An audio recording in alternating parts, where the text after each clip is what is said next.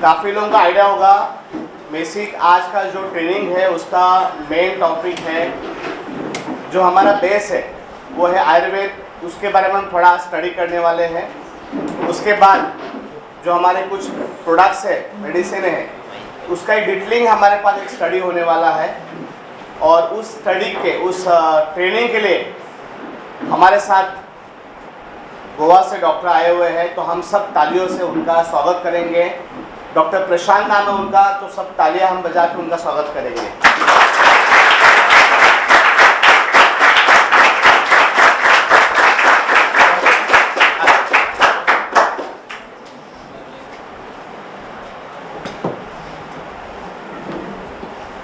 सबसे पहले जो अपने गेस्ट हैं, थोड़ा मैं आप सबको उनके बारे में डिटेल बताना चाहूँगा।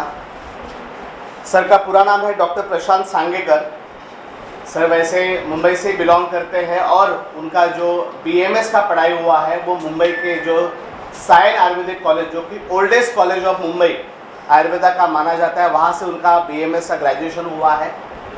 उसके बाद उन्होंने डिप्लोमा इन स्पा मैनेजमेंट, जो कि आजकल जितने भी रिसोर्ट्स है आयुर्वेदा का जो मॉडर्न टेक्निक है वो सब काफ़ी मतलब केरला में बहुत फेमस, आप सबको पता होगा, गोवा के अंदर बहुत फेमस हुआ है। तो उसका उन्होंने जो है डिप्लोमा किया हुआ है। उसके बाद जो है, और वो भी जो अपना NITI Aayog government of India है उनका जो एफिलिएशन होता है उसके थ्रू किया हुआ है। सर ने एक और अच्छा काम बहुत अच्छा किया हुआ है पास में एज ए लेक्चरर, क्योंकि कोई भी डॉक्टर्स के लिए बहुत प्राउड वाली बात होती है एज ए लेक्चरर काम करना, प्रोफेसर काम करना। गोवा का जो आयुर्वेदिक कॉलेज है वहाँ पे सर ने एज ए लेक्चरर काम किया हुआ है। बॉडी एनाटॉमी जो टॉपिक है वो उनका टॉपिक था, वहाँ पे उन्होंने टीच किया हुआ है। उसके बाद post graduation diploma in yoga वो भी उन्होंने किया हुआ है, क्योंकि आयुर्वेदा के टाइम बेसिक ही योगा होता है, बट उसके अंदर और डीप में जाना और योगा का बहुत बड़ा आधार है और हमारे काम का बहुत बड़ा आधार है, क्योंकि हम लोग प्राणायाम, आसन ये सभी पेशेंट को बताते हैं और वो उससे काफ़ी हमें रिजल्ट भी मिलते हैं। तो उनका भी उन्होंने डिप्लोमा किया हुआ है। सर जो है वो ट्रेनर रह चुके हैं, columnist and research person in Ayurveda and yoga. और जो एक चेंबर, ये जिसका एक चेंबर है इंटरनेशनल चेंबर मडगांव में जोन 11, उनके वो प्रेसिडेंट रहे पास में। तो अपने काम करते करते सोशल काम करने का उनके पास काफ़ी अच्छा अनुभव है। इस तरह की एक्टिविटी है वो उन्होंने की हुई है। सर योगा टीचर भी है क्वालिफाइड। एक होता है योगा वाला कोर्स, एक होता है योगा का टीचर बनना, वो एडवांस कोर्स होता है, वो भी सर ने किया हुआ है। उसके बाद जो है सर लायंस क्लब के मेंबर भी है।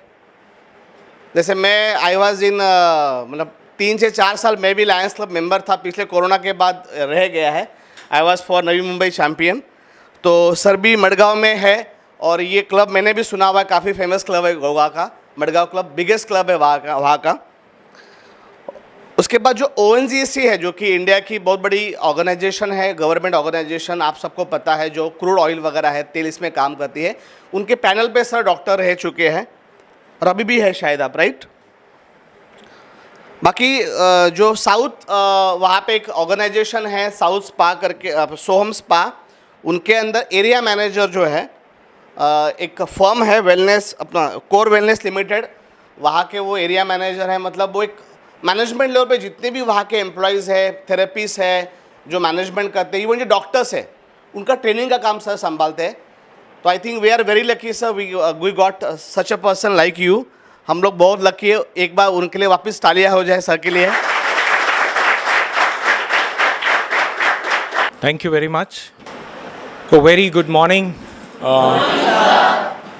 और आप सबको रिपब्लिक डे के जो आज हम सेलिब्रेट कर रहे हैं 74th रिपब्लिक डे, तो उसकी बहुत सारी आपको मुबारकबाद सबको, and a happy Republic Day to all of you.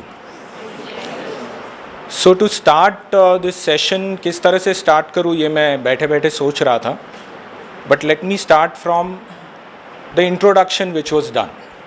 अभी अभी मेरा इंट्रोडक्शन हुआ है। आप में से कितने लोगों ने मेरा नाम रजिस्टर किया है? मेरा नाम क्या है? कोई एक बंदा बताए। गुड गुड, पूरा नाम मालूम है, गुड। अच्छा, और कुछ आपको इसमें से कोई एक चीज़ आपको याद है? हाथ ऊपर निकालें, हाथ ऊपर करें। और कुछ मेरे इंट्रोडक्शन में क्या हाईलाइट था? यस। एक्चुअली मैं जो अपने प्रोफेशन में ना एक पर्सन को ये करते टीच करते हैं ना, एक सर ये किया है। अच्छा, लेक्चरर था मैं या मैं पढ़ा रहा था स्टूडेंट्स को? जी, ये आपने रजिस्टर किया। और कुछ? या लायंस क्लब है ना, उसमें आपने काम किया है सर? लायंस क्लब मेंबर हूँ मैं, ये आपने रजिस्टर किया। और कुछ? योगा टीचर। अच्छा, वो तो मैडम बोल दी कि मैं लेक्चरर था, तो वहाँ पे जो स्टूडेंट्स आते थे वो आगे फ्यूचर में डॉक्टर बनने वाले होते थे, तो उनको मैंने एनाटॉमी सिखाई है, तो वो उन्होंने बता दिया। और कुछ? Yoga sir. आपने ना मतलब योगा का कोर्स नहीं तो आपने योगा टीचर का कोर्स किया है ना, जो एक अलग कोर्स है। वो वंडरफुल। तो और एक चीज़, ओके, और कुछ? कि बहुत सारी बातें थी, बहुत सारी बातें आपको बताई गई, तो मैं जानना चाहता हूँ, और इसमें कुछ पॉइंट है मेरे लिए जो आपको हाईलाइट करना है, तो इसीलिए ध्यान दीजिए। रिपीट हो गया, 1 2 3। और कुछ नया? नया कुछ? एक्चुअली मैं जो सर ये रहते ना, जो अपने डिपार्टमेंट मैं गई तो फिर वो जो सारे काम है ना, वो भी एक सर जो बोलता है। अच्छा, हाँ, मैं एरिया मैनेजर था कोर वेलनेस में, ये आपने रजिस्टर किया। ओके, तो ये पॉइंट मैं आपको क्यों पूछ रहा हूँ, उसके पीछे का मैं कारण बता रहा हूँ। जब आप इतने सारे आप प्रोडक्ट्स हैं जिसके बारे में आपको फील्ड पे जाने से पहले आपको ट्रेन किया जाता है, ठीक है, उसके बारे में पूरी आपको मालूमात, पूरी इन्फॉर्मेशन आपको देने के बाद, डिटेल देने के बाद, आप जब किसी कस्टमर को जाके मिलते हैं तो वो कस्टमर आपको अलग अलग किस्म के मिलते हैं कि एक जैसे मिलते हैं? बराबर। और आप जब वो इन्फॉर्मेशन उनको देने लगते हैं तो उसमें से आपको एक बात ध्यान में रखनी है कि वो कस्टमर जो है ना, वो अपने हियरिंग से अलाइन होता है, आपकी बातों को सुन के वो अलाइन होता है कि आपने बोली हुई कौन सी चीज़ उसको याद रहेगी, क्या इम्पैक्ट है। और ये क्या डिपेंड करता है, जैसे आप फलानी कोई दवाई प्रोडक्ट लेके जाके उसमें बताएंगे इसमें डायबिटीज़ ठीक होता है, या मे भी डायबिटीज़ को कंट्रोल किया जाएगा, ठीक है। अभी जिसको डायबिटीज़ नहीं है ना, वो बिल्कुल इसको याद नहीं रखेगा। Do you believe? सही बोल रहा हूँ? जैसे अभी आप लोगों में से बहुत लोगों ने मेरे बारे में जानकारी सिमट ली या नोट की। कैसे नोट की है? तो आपको इंटरेस्टिंग लगा वो बात, इसीलिए नोट हुई है। Are you getting the point? आपने वो ग्रास्प की क्योंकि आपको इंटरेस्ट था, किसी को ये इम्पैक्ट लगा कि भाई डॉक्टर साहब जो यहाँ आए हैं वो किसी को सिखाते थे पहले, तो बढ़िया है, तो इसीलिए उन्होंने वो रिपीट किया। 3 लोगों ने वो रिपीट किया। किसी ने लायंस क्लब के बारे में बोला, उनको इंटरेस्टिंग लगा होगा, या लायंस क्लब उन्होंने सुना होगा, तो इसीलिए उन्होंने उसके बारे में बोल दिया। तो यही चीज़ होती है, आप जब क्लाइंट या कस्टमर को मिलने जाते हो, तो कस्टमर को आप जब इन्फॉर्मेशन देते हो तो उसमें से उसके लिए जो हाईलाइटेड इन्फॉर्मेशन या इम्पॉर्टेंट इन्फॉर्मेशन है, उससे आप उसका अपने पास लक्ष्य जो है वो आप खींच लेते हो। Am I right? So this is the most important part, और वही चीज़ के लिए मैं यहाँ पे आया हूँ। प्रोडक्ट के बारे में इंफॉर्मेशन देने वाले आपके पास रिसोर्स पर्सन बहुत बढ़िया हैं, जिन्होंने आपको दवाई कैसे काम करती है, इस प्रोडक्ट को आपको क्या बताना है, इस प्रोडक्ट की जानकारी कैसे देनी है, ये सब बताया हुआ है। बट उसके चलते और थोड़ा रिफाइंड इंफॉर्मेशन देने की मैं कोशिश करने वाला हूँ। अभी आपको इससे आगे चल के क्या बताऊँ मेरे बारे में, तो मैं 25 साल मेडिकल फील्ड से कनेक्टेड हूँ। I passed out in 1996। मेरी उम्र 51 है और उसमें 25 साल ऑलमोस्ट मेरे मेडिकल फील्ड से जुड़े हुए हैं किसी न किसी तरह से। मेरा खुद का क्लिनिक है, मैं वेलनेस सेंटर चलाता हूँ, जहाँ पे अलग अलग तरह से आयुर्वेदिक की ट्रीटमेंट्स वगैरह हैं वो दिए जाते हैं। तो वो भी एक पहलू है जो मैं कवर करता हूँ। दूसरा योगा के बारे में जो बताया गया, मैं रिसोर्स पर्सन हूँ योगा के बारे में, मैं ट्रेनर भी हूँ एडिशनल बताने के लिए, मैं एग्ज़ामिनर हूँ जो योगा के कोर्स करते हैं और उनकी सर्टिफिकेशन के लिए जब वो एग्ज़ाम देने आते हैं तो मैं वन ऑफ द एग्ज़ामिनर हूँ उनके लिए। और रिसोर्स पर्सन इसलिए क्योंकि मेरा एनाटॉमी मेरा पसंदीदा या मेरा सब्जेक्ट था जो मैं बहुत साल पढ़ाया मैंने स्टूडेंट्स को, तो इसीलिए मैं योगा के स्टूडेंट्स को एनाटॉमी या हमारा जो शारीर करके एक उसका डिपार्टमेंट है तो उसके बारे में जानकारी देता हूँ। तो इस तरह से हर पहलू जो है हेल्थ का, health can be accomplish not just only by medicine, it has to be accomplished by right advices and also, और उसके साथ साथ आपको एडवाइजेस के साथ साथ और भी कुछ बताना पड़ता है कभी कभी कि एक्सरसाइज करो। कोई अगर मोटा दिख रहा है आदमी, हेल्दी नहीं दिख रहा है, तो उसको एक्सरसाइज करो, ये बताना पड़ेगा आपको दवाई के साथ साथ। तो ये सब चीज़ें हैं और ये पहलू मैं कवर करने की आज कोशिश करने वाला हूँ और जो गिवन टाइम में हम कोशिश करेंगे कि हम आगे इस टॉपिक को कैसे लेके जाएं। तो let us start, can we start the topic? Okay, इसके पहले एक छोटा सा मैं सेशन लेना चाहता हूँ। Could you give me a balloon? अभी ये मैं हाईलाइट करना चाहता हूँ कि आपको इन्फॉर्मेशन और इन्फॉर्मेशन स्ट्रॉन्ग होना ये क्यों ज़रूरी है, ये मैं हाईलाइट करने को एक छोटा सा गेम कर रहा हूँ और इसमें इनको दोनों को मैं पार्टिसिपेट करने को लगा रहा हूँ। ठीक है, अभी आप क्या करो, इसको आप ले लो और सबको अब सबके सामने face towards the crowd audience, आप इसके बगल में आके खड़े रहिए। अभी आप क्या कीजिए, एक उंगली आपकी एक उंगली उससे इस बलून को पकड़ने की कोशिश कीजिए।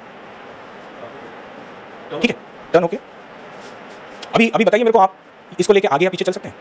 कोशिश करो कोशिश करो।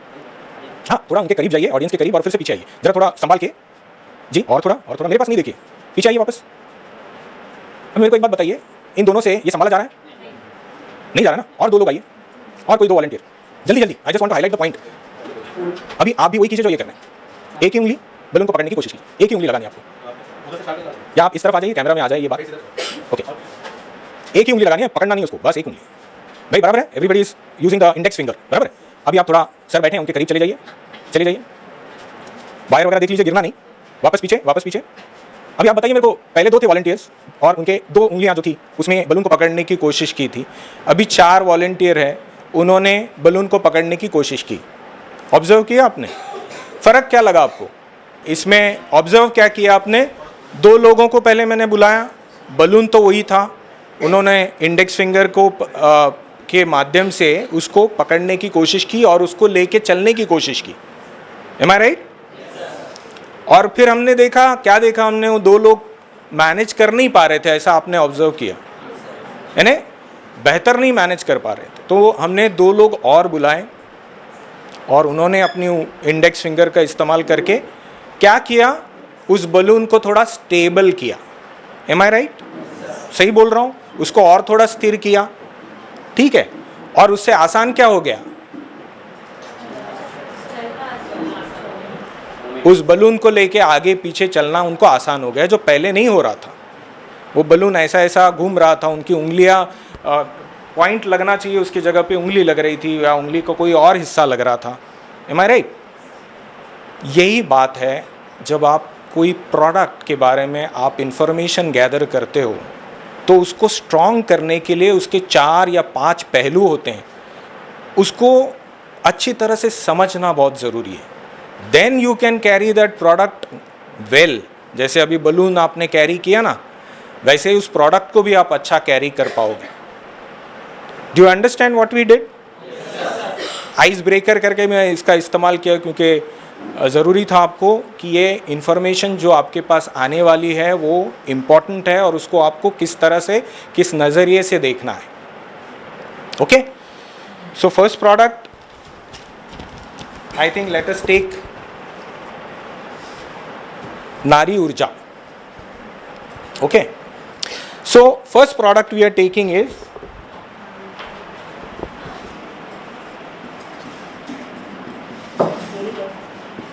नारी ऊर्जा।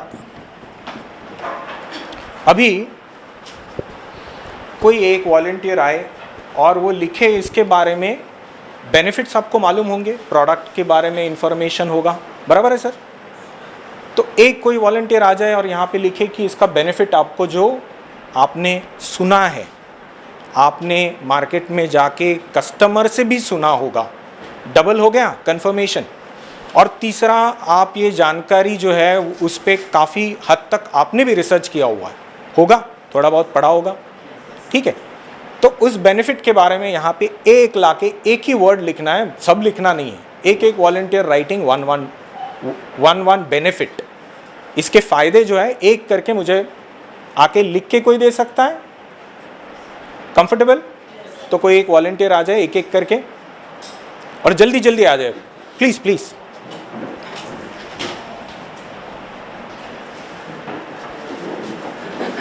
क्विकली आना। और कोई वॉलंटियर है? एक लिखो, एक कोई जहां पे लिखो।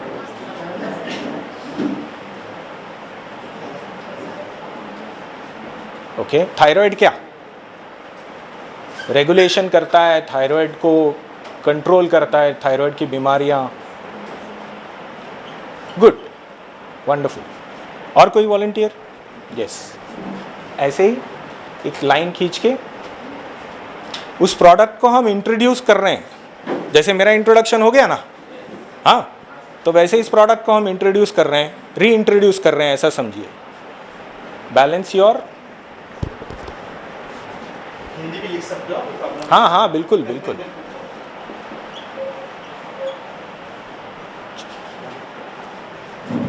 ओके, ठीक है। One more.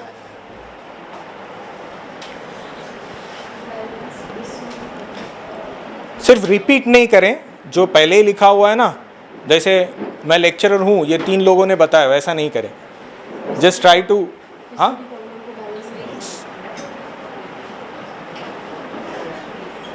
यहाँ पे एक डैश मारिए ताकि हमको, हाँ, ऐसे जैसे इन्होंने किया है, जल्दी जल्दी जल्दी जल्दी।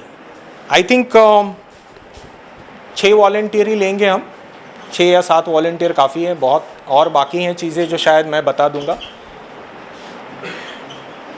improves digestion, okay, wonderful, thank you very much, thank you. Next.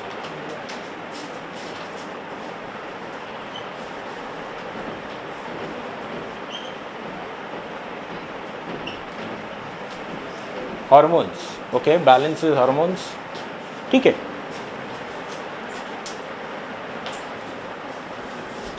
किसी को कुछ बोलना है तो बोल दीजिए, ये लिख दें, वहाँ से भी आप बोल दो, you can write it. Controls hair and skin problem, okay, done done, yes ma'am, yes. और कुछ लिखना है इसमें? बेनिफिशियल का वाइड लिखा है। ओके, लिखो।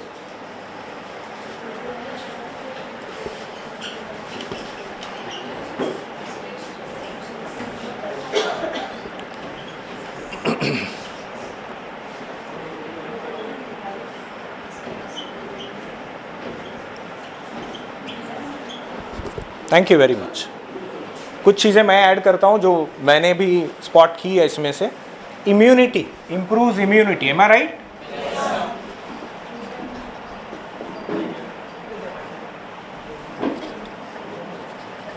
भाई डॉक्टर का हैंड राइटिंग है, जरा समझ लो। और एक चीज़ है इसमें लिखी हुई, बैक पेन के लिए good in to reduce back pen.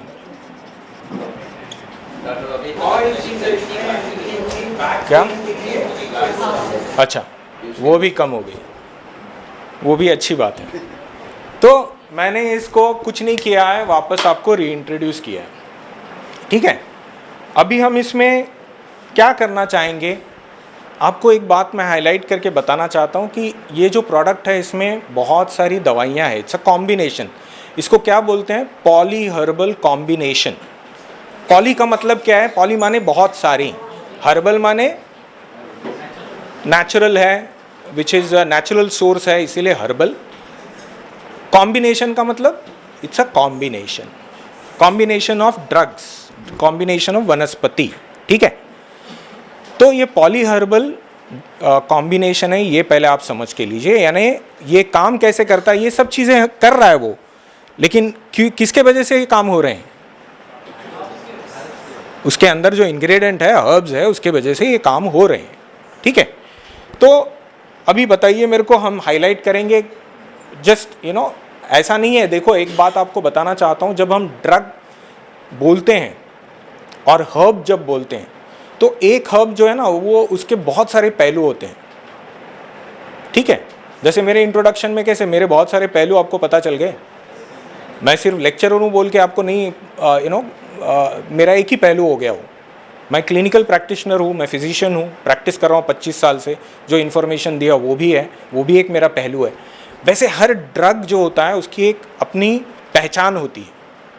सबसे पहला उसका प्रधान कर्म एक होता है। प्रधान कर्म माने वो क्या करेगा, अपने बलबूते पे वो क्या आपको रिजल्ट दे सकता है, उसको प्रधान कर्म बोलते हैं, ओके। जैसे करेला, करेला किसके लिए इस्तेमाल होता है, ये सबसे पहले आता है, लेकिन इसका मतलब ये नहीं कि करेला सिर्फ डायबिटीज़ ही कंट्रोल करेगा। करेला और भी चीज़ें हैं, जैसे डाइजेशन रिलेटेड प्रॉब्लम्स है, उसमें भी करेला आपको हेल्प करेगा, ठीक है। करेला का और एक पहलू है एंटी हेलमेंथिक, ये एक शब्द है एंटी हेलमेंथिक, किसने सुना है एंटी हेलमेंथिक? कृमिघ्न, यानी पेट में जब जो वॉर्म्स होते हैं ना, उनके लिए भी इसका इस्तेमाल हो सकता है, क्योंकि कड़वी चीज़ जो होती है ना वो उनको चलती नहीं है। लेकिन सबसे बेस्ट कृमिघ्न क्या है, सबसे बेस्ट एंटी हेलमेंथिक क्या है बताइए? विडंग करके हमारे पास एक दवाई है, विडंग, आपके कोई प्रोडक्ट में है if I remember. That's the main important drug for कृमि, पेट के लिए। बच्चों के बहुत सारी दवाइयों में हमारे पास विडंग का इस्तेमाल होता है। विडंगा अरिष्ट करके एक दवाई है। लेकिन आपको मैं ये क्यों बता रहा हूँ, देखो उसमें कार्यकारी जो तत्व होते हैं, केमिकल कंपोनेंट्स होते हैं, वो अलग अलग चीज़ पे काम करेंगे, लेकिन उसका एक प्रधान कर्म आपको ध्यान में रखना है। वाई मैं एम्फेसाइज इस पे कर रहा हूँ, तो अभी इतने सब चीज़ें हमने देखी, ओके। बैलेंस, त्रिदोष बैलेंस करता है, त्रिदोष को सम रखता है, पीठ के लिए पीठ का दर्द कम करेगा। लेकिन कौन सी दवाई है जो पीठ दर्द में काम में आती है बताओ? ये प्रोडक्ट आपको बताया ना सबको, बताओ मेरे को, बैक पेन के लिए प्रधान द्रव्य आपके इस प्रोडक्ट में क्या है? सो अश्वगंधा हमने यहाँ पे लिख दिया। स्पेलिंग और हैंडराइटिंग बिल्कुल ध्यान नहीं देना है, ओके, समझ के लेना है। तो अश्वगंधा इसमें है जो बैक पेन में बढ़िया काम करती है। आपको बताना चाहूँगा अश्वगंधा ये क्या है, क्या किस अंग का इस्तेमाल होता है अश्वगंधा में, आपको पता है? देखो पूरी वनस्पति है। आप आंवला बोलते हो तो क्या करते हो, झाड़ लेके आते हो घर में? क्यों?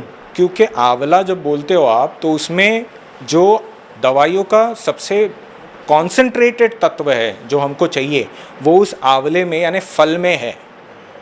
उसकी जड़ या पत्ते लेके आके कुछ नहीं होने वाला है, ठीक है। तो हर वनस्पति, हर हर्ब का एक उपयुक्त अंग बोलते हैं उसको, उपयुक्त अंग यानी इम्पॉर्टेंट पार्ट। तो कभी कोई मूल होता है, जैसे अश्वगंधा का हम मूल इस्तेमाल करते हैं, ठीक है।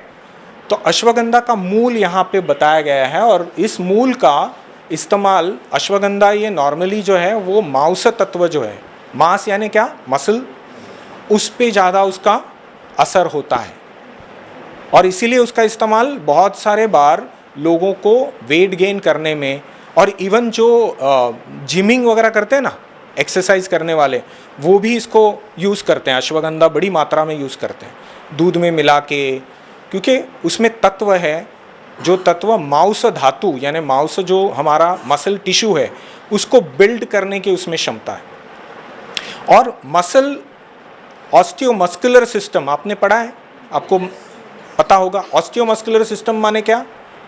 जहाँ पे हड्डियाँ मांस एक साथ आती हैं। ऐसी जगहें कौन सी है? हड्डी मांस एक बहुत ही कठिन जगह होती है शरीर में और बहुत ही इम्पॉर्टेंट जगहें होती हैं। ऐसे तो मांस यहाँ भी दिखता है, ये बाइसेप दिखेगा, ट्राइसेप दिखेगा, पेक्टोरालिस दिखेगा वगैरह वगैरह, लेकिन बहुत ही इम्पॉर्टेंट जो पार्ट है ऑस्टियोमस्कुलर वो है जॉइंट्स। क्योंकि जॉइंट्स पे क्या होता है, दो हड्डियाँ एक साथ आती हैं और उसका एक्शन जो है, उसका कार्य जो है वो बनाए रखने के लिए, और उसमें लिगामेंट, टेंडन वगैरह जो है वो उसमें कार्यरत होते हैं, जिसके वजह से हमारा उठना बैठना, चलना फिरना, दौड़ना, ये सब चीज़ें होती रहती हैं। और मसल ऑस्टियोमस्कुलर पे ये अश्वगंधा जो है ये बढ़िया काम करता है। इसके बहुत सारी दवाइयाँ हैं हम इस्तेमाल करते हैं। बला अश्वगंधा नाम का एक ऑयल है जो हम इस्तेमाल करते हैं। अश्वगंधा इन मेडिसिन भी हमारे पास बहुत सारी मेडिसिन है जिसमें ashwagandha is a part and component, जिससे जॉइंट पेन्स हैं, लोअर बैक पेन है, वो कम होता है। ठीक है, ये इन्फॉर्मेशन आप तक पहुंची है, राइट। अभी दूसरी बात हम देखना चाहेंगे पीसीओडी में। पीसीओडी पता होगा ना? ओके, सो पीसीओडी में इसमें से कौन सा है द्रव्य आपके हिसाब से जो प्रधान काम करेगा, कॉन्ट्रीब्यूटिंग? ओके, शतावरी है और गोक। ओके, तो ये मेरे हिसाब से आपको अभी समझ में आ रहा है कि हम क्या कर रहे हैं यहाँ पे। दवाइयों को प्रधान कर्म के हिसाब से भी हम देखने की कोशिश कर रहे हैं और आखिर में हम इसका मिला जुला जो असर है वो भी हमको समझ के लेना है। ठीक है, तो इसके बाद अभी हम आ रहे हैं कि इम्प्रूव डाइजेशन। डाइजेशन के लिए इसमें क्या है? आंवला है, बराबर। आंवला के बारे में कुछ आपको मालूमात है? आंवला के बारे में और कुछ बता सकते हैं कोई? एनीवन? तो देखो, आंवला एक ही है जो आपने डाइजेशन में बोला, बट विटामिन सी क्या चीज़ है? इम्यूनिटी को बनाए रखती है। तो यहाँ भी उसको इसका रेफरेंस आएगा, ठीक है, और यहाँ भी आप रेफरेंस ला रहे हो उसका। एम आई रॉन्ग? राइट, ठीक है, एक ही द्रव्य है देखो, लेकिन उसका प्रधान कर्म एक होता है और उसका दूसरे भी सेकेंडरी काम होते हैं जिससे वो अलग अलग सिस्टम में इन्वॉल्व होता है। तो ये मैं आपको हाईलाइट करना चाहता हूँ कि हर दवाई, अभी अश्वगंधा इवन स्ट्रेस में, यहाँ पे हमने कहीं लिखा नहीं है, बट स्ट्रेस यानी मेंटल स्ट्रेस, ओके, इसमें भी इस्तेमाल होता है। आपको नाम पता है इसका क्या है? इंग्लिश लैटिन नेम क्या है? हाँ, सोमनीफेरा। सोमनीफेरा का क्या मतलब है? सोमनी माने नींद। नींद को स्टिमुलेट या लाने वाला, नींद को लाने वाला। ऐसा नहीं कि नींद की गोली है वो या नींद की दवाई है, बट नींद को इनिशिएट करने वाला। कभी कभी ऐसा होता है ना, हम पड़े पड़े रहते हैं और हमको नींद ही नहीं आती, सोच रहती है, चलती रहती है। तो इस तरह के इश्यूज़ में अश्वगंधा जो है वो बढ़िया काम करता है। तो मैं अश्वगंधा के बारे में वही चीज़ है जो मैंने ऑस्टियोमस्कुलर आपको बताई, स्ट्रेस में भी उसको इसका एक पहलू है जो काम करता है। समझ में आ गई बात आपकी? तो इस तरह से इस ड्रग पूरा जो आपका प्रोडक्ट है, इसको आपको विश्लेषण करके आपको आपके पास इंफॉर्मेशन होना ज़रूरी है। I hope you understand this part. और ये शायद कवर हुआ होगा सर, राज सर, बराबर है ना? ओके, तो अभी एक एक प्रोडक्ट के बारे में हम देखने की कोशिश करते हैं। ये ब्लड प्यूरीफायर भी है, मेंशन किया हुआ है ब्लड प्यूरीफायर करके। विटामिन सी हमने और इम्यूनिटी के एस्पेक्ट पे देखा। दूसरा हमने, हाँ जी, फाइबर के लिए आंवला जो है, आपको एक पता है एक प्रोडक्ट है बाज़ार में जो इम्यूनिटी के लिए बहुत सेल हुआ था during vitamin, I mean to say Covid के दिनों में। यस, च्यवनप्राश जी। गिलोय तो हुआ था, वो अलग बात है, बट आंवला भी, च्यवनप्राश जो है वो उसमें प्रिंसिपल प्रोडक्ट है। प्रिंसिपल माने एक नंबर का प्रोडक्ट, बाकी भी बहुत सारी चीज़ें हैं च्यवनप्राश में। ओके, तो अब हम आते हैं समझने के लिए कि ये क्या क्या चीज़ें हैं और ये कैसे कैसे काम आता है। तो आमलकी, जिसको हम आंवला का नाम है संस्कृत में आमलकी, और लैटिन नाम क्या है? एनीवन? एम्बिलिका ऑफिसिनालिस, ये इसका नाम है। ये नाम भी थोड़े बहुत जानकारी रखना ज़रूरी है, इसीलिए क्योंकि हम जब किसी को ये प्रोडक्ट बेचने जाते हैं, जैसे मैंने अभी आपको वो बलून का है ना डिटेलिंग आपको बताया मैंने, इन्फॉर्मेशन पक्का होना बहुत ज़रूरी है। तो कभी कभी ये नॉर्मल रट्टा से थोड़ा आगे जाके आपको कुछ चीज़ें याद रखनी है। हाँ, तो इससे क्या होता है ना, जब इस तरह की इन्फॉर्मेशन आप देते हो ना तो सामने वाला बहुत जानकार लगता है। अभी मैंने जब बताया आपको एम्बिलिका ऑफिसिनाले, अच्छा लगा होगा ना, है ना? वैसे मैंने मेरा कुछ नहीं बताया, उसका नाम है लैटिन में, वही आपको इंट्रोड्यूस कराया। लेकिन वही मैं बताना चाहता हूँ कि सामने जो आदमी खड़ा है उसको इम्प्रेस करने के लिए आपके पास जानकारी, और उस जानकारी को अधिक स्ट्रॉन्ग बनाना, उसको अधिक अच्छा बनाना, ये ज़रूरी है। दिस इज़ अ प्रोसेस, ये आपको करते रहना पड़ेगा। अभी आज आप मुझे पूछोगे सर आप तो डॉक्टर बन चुके हैं, लेकिन डॉक्टर बन गए यानी अभी पढ़ाई ख़त्म नहीं हुई है, कभी ख़त्म ही नहीं होती, बिकॉज मेडिकल रिसर्च इतना तेज़ी से हो रहा है, नई नई बातें आती जाती हैं और हमको वो जानकारी लेने के लिए वापस पढ़ना पड़ता है, समझे ना? बिकॉज मेडिकल और बायोमेडिकल फील्ड इतना वास्ट है, इसमें चीज़ें हर दिन नई नई कुछ रिसर्च होते जा रहे हैं। और इसीलिए मैं ये प्रोसेस आपको बता रहा हूँ कि सामने वाले को जब आप इम्प्रेस करना चाहते हो इन्फॉर्मेशन से, तो इन्फॉर्मेशन को स्ट्रॉन्ग बनाना ज़रूरी है। Am I okay? ओके, सो आमलकी में क्या क्या है हमने देखा, विटामिन सी है, एग्री? ओके, दूसरा रिच सोर्स क्या है इसमें, पॉलीफिनॉल्स है। पॉलीफिनॉल्स फाइटोकेमिकल्स जो एस्पेक्ट होते हैं ना, अभी देखो एक बात आप ध्यान में रखो, ये बातें इम्पॉर्टेंट ज़रूर है, लेकिन इसमें दिक्कत ये है ना कि जब हम केमिकल की बातें करते हैं तो ये कोई ऐसा नहीं बोल सकते कि हम वही केमिकल निकाल के गेस्ट को या कस्टमर को देने वाले हैं। आंवला इन टोटल रहेगा, लेकिन आंवला बनता कैसे है, क्योंकि उसमें से फिनॉल्स, एक्टेलिक acid, chebulic acid, gallic acid, यही सब नहीं है, इसमें साथ में और भी चीज़ें हैं जो उसको बनाती हैं।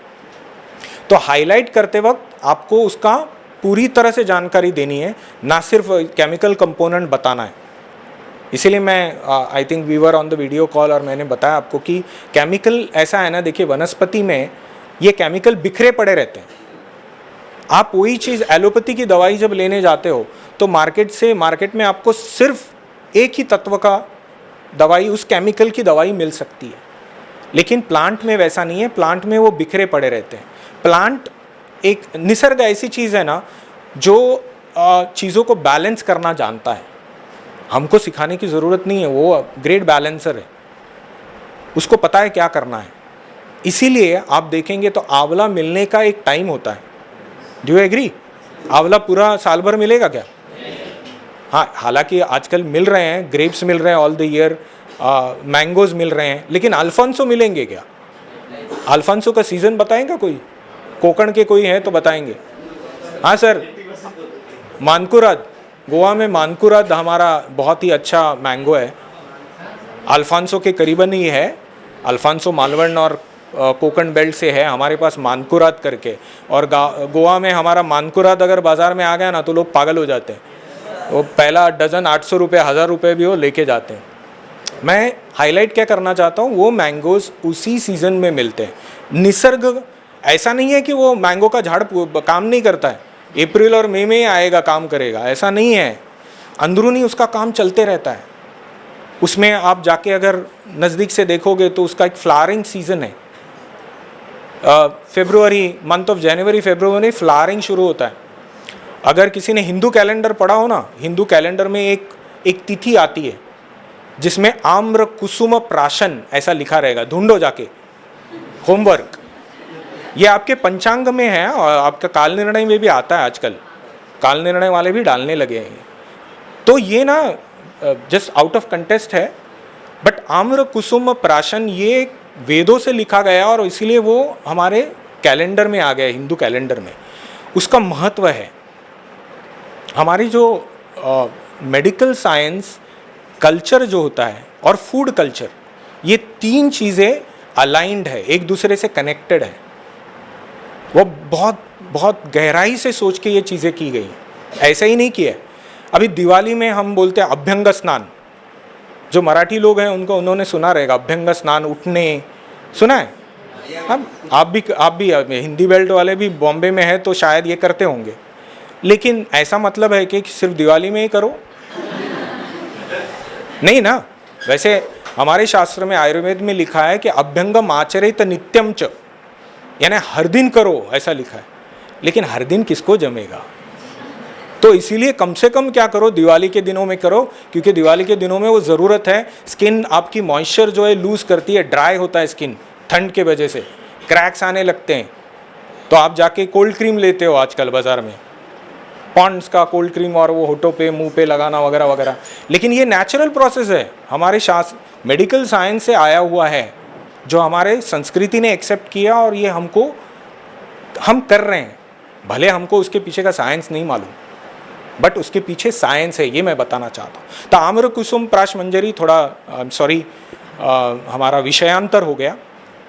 आम्र कुसुम प्राश जो प्राशन बोला है ना, वो उस ऋतु में बताया गया है जो मैंगो लगने से पहले उसके कुसुम आएंगे। कुसुम माने फ्लोरेंस, उसको खाने को बोला है। और तो आपको मैं एक बात बताना चाहता हूँ, ये रिसर्च के बाद पता चला है कि उस फ्लोरेंस में ऐसे कंपोनेंट है जो मेल फर्टिलिटी पे बढ़िया काम करते हैं। रिसर्च है ये, और हमको पता नहीं था ये वेदों में और ये हमारे कैलेंडर में लिखा है, लेकिन उसका महत्व क्या है मालूम नहीं। तो जिनको बच्चे नहीं होते उनके लिए परफेक्ट है दवाई, मेल्स के लिए, फॉर मेल्स।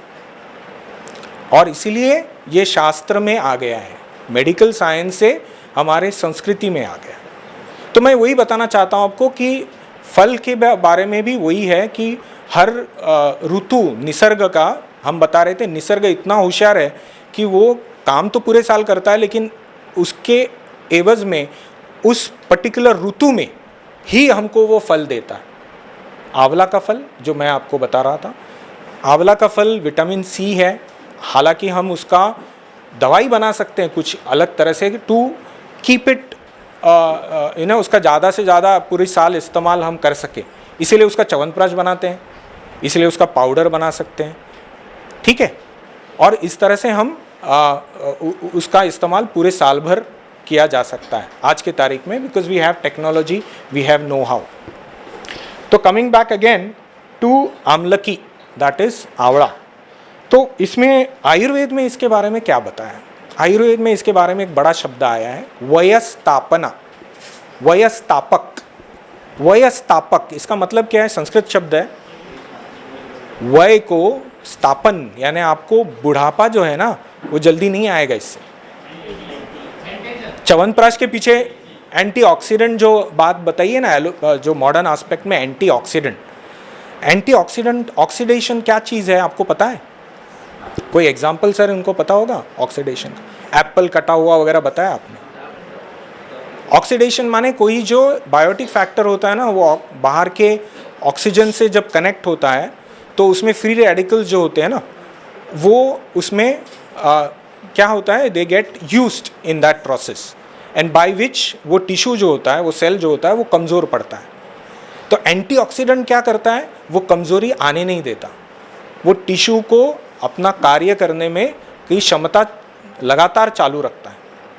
च्यवनप्राश भी कहानी ऐसी है। च्यवन नाम के ऋषि थे जिनको जाके ये बताया गया कि भाई ऐसे कोई राजा नहीं, उस ज़माने में ऐसा था कि दवाई की ज़रूरत पड़ती थी तो राजा बोल देता था। आज भी वही है, थोड़ा सा अलग है। जब कोविड आ गया तो हमारे राजा बोलिए या मे बी मिनिस्ट्री बोलिए, उनके यहाँ से आदेश जाता है कि भाई इम्यूनिटी के लिए कुछ बनाओ, हम लग जाते हैं काम। उस ज़माने भी वही सिस्टम वैसे ही था। मे बी नॉट प्रॉबली जिस तरह से आज हम अच्छे ऑर्गेनाइज्ड है उस तरह से नहीं होगा, बट यही चीज़ च्यवन जी के पास चली गई थी और च्यवन ऋषि को बोला गया कि ऐसी कोई दवाई बनाओ जो ज़्यादा महंगी नहीं हो। देखो हाँ क्या क्या उसमें बताया गया, महंगी भी नहीं होनी चाहिए, बहुत आसानी से मिलने वाली दवाइयाँ होनी चाहिए, लेकिन उससे फ़ायदा क्या होना चाहिए कि आदमी बूढ़ा नहीं होना चाहिए, उसके सूर्या व्रिंकल्स नहीं पड़ने चाहिए चेहरे पे, वो बुढ़ापा जो है उस पर दिखना नहीं चाहिए।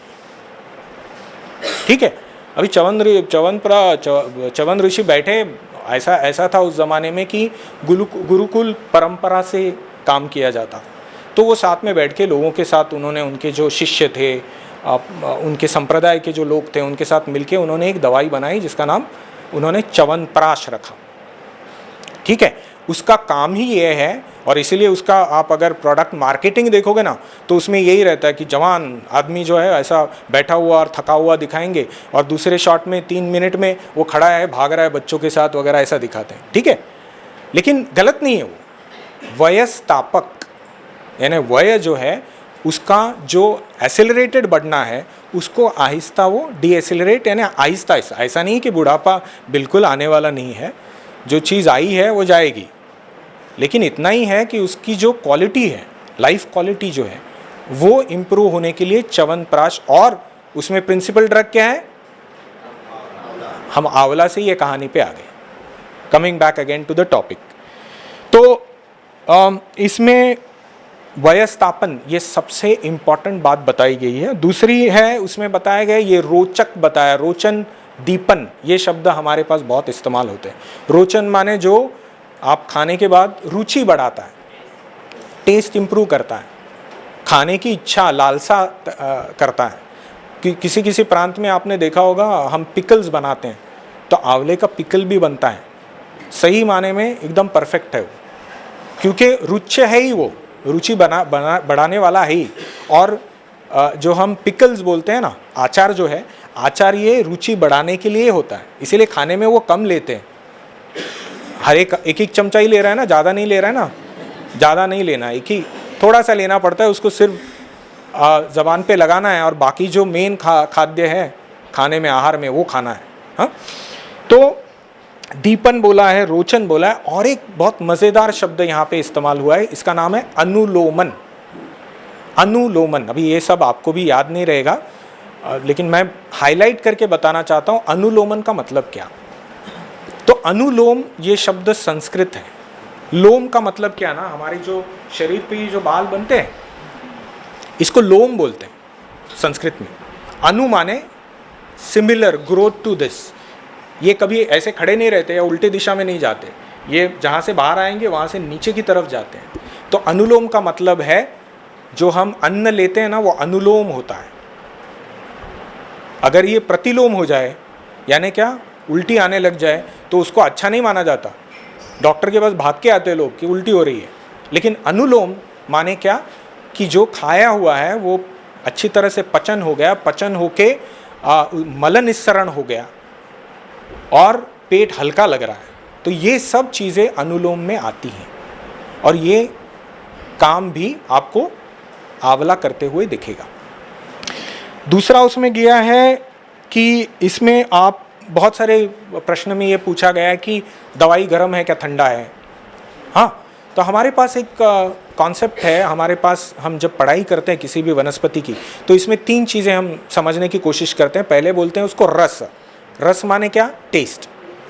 वीर्य, वीर्य जो होता है वो उष्ण या शीत होता है। जैसे आप ज़बान पे कोई चीज़ रखो, आपको पता चलता है कि ये तीखा है, जलता है। कभी आपने पेपर को रखा है, पेपर यानी मिरी, कैसा लगता है, अच्छा लगता है, बहुत देर तक रख पाओगे, जलता है ना। तो मिरी का जलन जो है उससे पता चलता है आपको कि ये उष्ण है, ये गर्म है। ठीक है, बट और परे चल के और एक बात है जिसको हम विपाक बोलते हैं, रस, वीर्य, विपाक। अभी वनस्पति जब हम खाते हैं ना तो हमको पहले उसके ज़बान पे टेस्ट पता चलेगी, उसके आगे चल के वो उष्ण है, शीत है, ये पता चलेगा। और तीसरा पहलू क्या है, जब वो पेट में जाने के बाद डाइजेस्ट हो जाए उसके बाद उसका क्या होता है, तो उसको बोलते हैं विपाक। समझ में आ गए? तो ये जो विपाक की बात यहाँ पे दी है, तो ये क्या बताया है, ये शीतवीर्य बताया है, यानी उष्ण नहीं है, गर्म नहीं पड़ता है आंवला। आंवला ज़्यादा खाओ तो गर्मी के कोई लक्षण नहीं दिखेंगे, ठीक है। क्योंकि ये क्वेश्चन पूछा जाता है लोग आपको जब आप दवाई जब मार्केट करते हो या बताते हो दवाई के बारे में, तो लोग पूछते भाई ये गर्म तो नहीं पड़ेगी ना मुझे। च्यवनप्राश के बारे में भी मुझे भी पूछते हैं, आज 25 साल के प्रैक्टिस में अभी भी लोग आके पूछते हैं कि मैं च्यवनप्राश गर्मी में लूँ या ठंड होता है तब लूँ। मैं बोलता हूँ ऐसा कुछ करने की ज़रूरत नहीं, आपको ज़रूरत है 6-6 महीने लेने की, तो 6-6 महीने लिया करो। जिनको रेस्पिरेटरी प्रॉब्लम्स है ना, इम्यूनिटी रिलेटेड प्रॉब्लम है, जो लगातार बीमार पड़ते जाते हैं, उनके लिए मैं बताता हूँ 6 महीना ले। ये है बात। और सबसे एक बहुत ही चमत्कारिक एक शब्द आया है कॉल्ड एज रसायन। आपने कभी सुना है ये रसायन करके सुना है? रस आयन का मतलब क्या है, कोई बता पाएगा? Any volunteer? इसमें थोड़ा आयुर्वेदिक जो कॉन्सेप्ट है ना, उसको थोड़ा जानकार लोगों को ये पता चलेगा कि इसका मतलब क्या है। रस ये एक शब्द हो गया, आयन माने रस से लेके आगे। हमारे शरीर में ना सप्त धातु हैं, 3 दोष, सप्त धातु और 3 मल। इनका सम होना यानी इनको हार्मोनाइज रहना बहुत इंपॉर्टेंट है। अगर आप व्याख्या देखेंगे ना स्वास्थ्य हेल्थ की व्याख्या, तो हेल्थ की व्याख्या क्या की है हमारी साइंस ने, तो समदोष समाग्नि समधातु मल क्रिया। समदोष माने क्या, जो इन्होंने लिखा ना यहाँ पे, बैलेंस योर वात पित्त कफा, वहां पे भी लिखा है, शाबाश। तो समदोष समदोष सम अग्नि सम धातु। सम अग्नि मतलब क्या, एपिटाइट, पेट की भूख। ये भी बहुत इंपॉर्टेंट है। अगर भूख नहीं लगती हो और खाना खा रहे हो तो उससे आपको बीमारियां होती हैं। ऐसा देखा गया है, रिसर्च भी है कि हम जब खाना पचा हुआ नहीं है और उसके ऊपर खाना खाते हैं तो उससे बीमारियां होती हैं। हालांकि we are not going into that aspect. समदोष समाग्नि सम धातु। धातु यानी मैंने जो बताया ना आपको, रस रक्त मांस मेद अस्थि मज्जा शुक्र। शुक्र ये सबसे सारभूत भाग है, रिप्रोडक्टिव यानी नया आदमी बनाने की क्षमता है शुक्र में। आपको समझ में आ रहा है? रस उसकी शुरुआत है। रस आयन का मतलब क्या है, रस से गाड़ी छूट के शुक्र तक पहुंचने वाली है। उस दवाई में वो पोटेंशियल है कि वो शुक्र धातु तक पहुंच सकता है, और ऐसे ही दवाइयों को रसायन बोला जाता है। तो आपको जब क्वेश्चन आता है ना, अरे ये इनफर्टिलिटी में कैसा इस्तेमाल होगा, क्योंकि ये रसायन है। रस से लेके शुक्र धातु तक सबकी पुष्टि करेगा। अब ये पुष्टि कैसे होगी? आप भी खाया मैंने, पहुंच गया? नहीं। अरे जब यहाँ खाते हो पेट में पहुंचने को थोड़ा टाइम लगता है, तो वो टिश्यूज है ना, धातु आप पकड़ लीजिए, उसमें पहुंचने में भी टाइम लगता है। बच्चा कितने दिनों में पैदा होता है? Good information. आज तक ऐसा कोई साइंस नहीं है जिसमें 2 महीने में आ गए।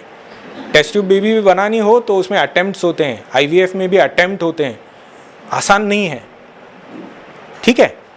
तो आपको ये समझ के लेना है कि रोग इसी तरह से, जैसे बच्चा बनने को 9 महीना लगता है, किसी रोग को ठीक होने में भी टाइम लगता है। कभी कभी आपको पूछते हैं ना लोग, अरे मैं तो बहुत दिनों से ले रहा हूँ, कुछ ठीक नहीं हो रहा है। इसके बारे में मैं आगे जानकारी देने वाला हूँ अलग से आपको, ये क्यों होता है और ये अलग क्यों मिलेगा आपको, इसके बारे में थोड़ी जानकारी मैं दूंगा। तो ये हो गया आमलकी के बारे में। आमलकी, मैं इसको इस तरह ही बोल रहा हूँ, I am lucky because I am having it. मैं दवाई खा रहा हूँ करके I am lucky. Okay, Ashwagandha withania somnifera. और जो मैंने आपको बताया इसमें क्या क्या है, तो विथनोलाइड नाम का एक इसमें तत्व है, withanolide, which is one of the chemical component में सबसे इंपॉर्टेंट कंपोनेंट है। देखिए मैं सिर्फ ये इन्फॉर्मेशन दे रहा हूँ, इसके अगर डिटेलिंग में जाएँ तो 3 घंटे का सेशन लेना पड़ेगा। केमिकल कंपोनेंट पे जाएँ तो आपको हाईलाइट करने के लिए एक चीज़ पता होनी चाहिए कि इसमें तत्व कौन सा है। जैसे सर के साथ बात करते वक्त सर ने बताया टर्मरिक, हल्दी अपने घर घर में, बट वेरी पोटेंट दवाई है, बहुत ही स्ट्रांग दवाई है। आज के रिसर्च में ये पता चला है कि कार्सिनोमा यानी कैंसर में ये एंटी कैंसर है, कार्सिनोजेनिक, एंटी कार्सिनोजेनिक है। तो आज इसका पेटेंट के पीछे लोग भाग रहे थे, बहुत सारी कंट्रीज मांग रही थी, लेकिन लकीली वो मिला नहीं उनको। ये दवाई जो है इसमें कंपोनेंट क्या है मालूम है? कुरकुमिन। और नाम भी वैसे ही लगा, उसका जो लैटिन या मेडिकल नेम जो है ना, कुरकुमा, कुरकुमा लॉन्गम। लॉन्गम क्यों? क्योंकि उसकी स्टिक आती है, ठीक है। वैसे ही ये नाम आप कहाँ देखोगे ना, लॉन्गम, पाइपर लॉन्गम, पिप्पली, पिप्पली भी है आपके एक द्रव्य में। पाइपर, पेपर क्यों? पेपर जैसा ही है, वो पेपर फैमिली से है, जो हम घर में इस्तेमाल करते हैं मिरीना, उसी फैमिली से है पिप्पली, लेकिन उसको पाइपर नाइग्रम बोलते हैं, इसको पाइपर लॉन्गम बोलते हैं। लॉन्गम इसीलिए क्योंकि स्टिक होती है। आपने अगर प्योर टर्मरिक, आप देखते हो क्या ये चीज़ें हैंडल करते हो कभी? बहुत ज़रूरी है सर, क्योंकि देखो वनस्पति को जानना ज़रूरी है, कहाँ वो पनपती है, किस तरह का उसको हैबिटाट लगता है, ये भी जानना बहुत ज़रूरी है। जैसे आपको एक दवाई बताऊं मैं, मुस्ता नाम की एक दवाई है, मैं मुस्ता आप अगर देखोगे मार्शी एरियाज जो होते हैं ना, पानी और थोड़ा दलदल ऐसी जगह पे बनता है, और उसका आप दवाई में इस्तेमाल जब हम करते हैं ना, मेरे क्लिनिकल प्रैक्टिस में, तो मैं उसका कहाँ इस्तेमाल करता हूँ ना, जहाँ पे बहुत पाँव में सूजन है, वाटर रिटेंशन है, और आदमी जो है वो बहुत जगह पे सूजन दिख रही है मुझे, तो उस जगह पे मैं उसका इस्तेमाल करता हूँ। बिकॉज अंडरस्टैंड वन थिंग, वो कहाँ पैदा होता है? पानी में। पानी को खींचने की क्षमता है उसमें, तो इसीलिए उसका इस्तेमाल इस तरह के। तो इसीलिए ये एस्पेक्ट जब तक आप जाके देखो नहीं ना, तब तक पता नहीं चलेगा, ठीक है। तो ये एक एडिशनल थिंग आप कभी कर लीजिए, अगर नहीं है तो I can arrange somebody for a small excursion, picnic जैसे भी हो जाएगी, और उनको हर्बेरियम जैसी बात हो जाएगी, आप दवाइयाँ भी दिखा के लेके आ जाएंगे, which would make them feel a bit stronger. हाँ, ये हमारे साथ भी हमने किया है, हमारी ज़रूरत थी, बिकॉज दवाई को हमको अलग तरह से जानना पड़ता है, और उसके लिए सिर्फ पाउडर हाथ में देंगे तो कैसा पता चलेगा। हाँ, तो coming back to the topic, ashwagandha ये जो है सोमनिनॉन नाम का उसमें तत्व है, और आज के तारीख में अल्जाइमर्स जो डिजीज़ है, अल्जाइमर्स एक ऐसी बीमारी है जिसमें याददाश्त जो है बुढ़ापे में कम होती है। ओके, सिनाइल डिमेंशिया वगैरह ये तो कॉमनली दिखता है, बट अल्जाइमर्स उससे भी आगे जाके प्रोग्रेसिव इशू है ओल्ड एज में, ठीक है। तो इसमें भी इसका काम आता है। सोमनिनॉन नाम की चीज़ है, एंटी ट्यूमर है, ये भी एंटी ट्यूमरस है, एंटी इन्फ्लेमेटरी प्रॉपर्टीज़ है, इसीलिए मैंने बताया ना आप तो है कि जॉइंट पेन में इसका इस्तेमाल होता है, एंटी इन्फ्लेमेटरी प्रॉपर्टी होने के वजह से। ओके, सो इसके बारे में आयुर्वेद में क्या बताया?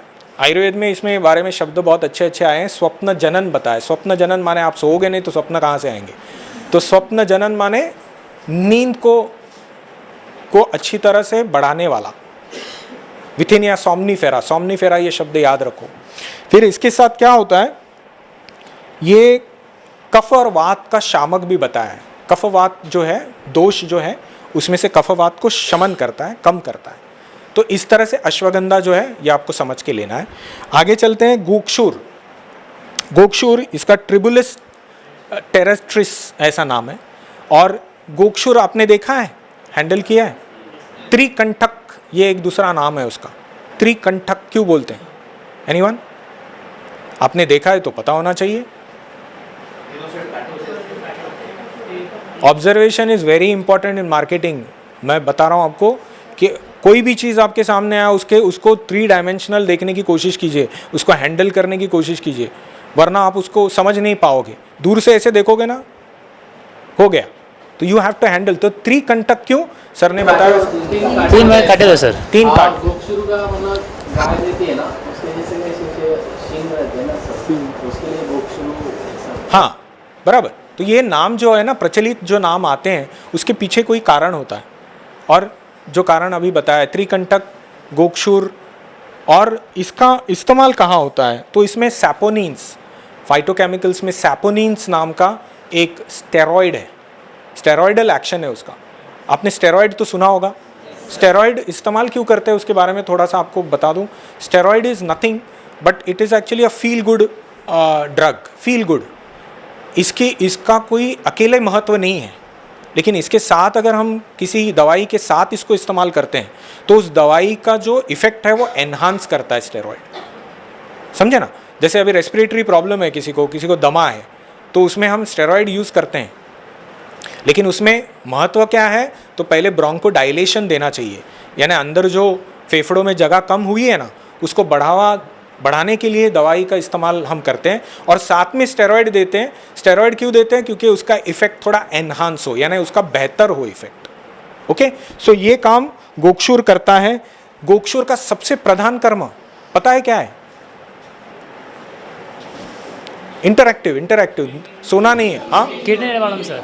किडनी के लिए क्या क्या काम करता है? किडनी पे, किडनी को बढ़ाता है, किडनी 2 की 3 करता है. हाँ, यूरिन आउटपुट बढ़ाता है. यूरिन आउटपुट बढ़ाना, तो क्या होगा इससे बताओ मेरे को. यूरिन आउटपुट बढ़ेगा तो क्या होगा? हाँ, पहला सबसे इंपॉर्टेंट चीज़ आपको ध्यान में आनी चाहिए कि हम जब फ्लो बढ़ाते हैं ना पानी आपको पता है पहले यूरिन कितना बनता है हर घंटा? There is something called as GFR, glomerular filtration rate.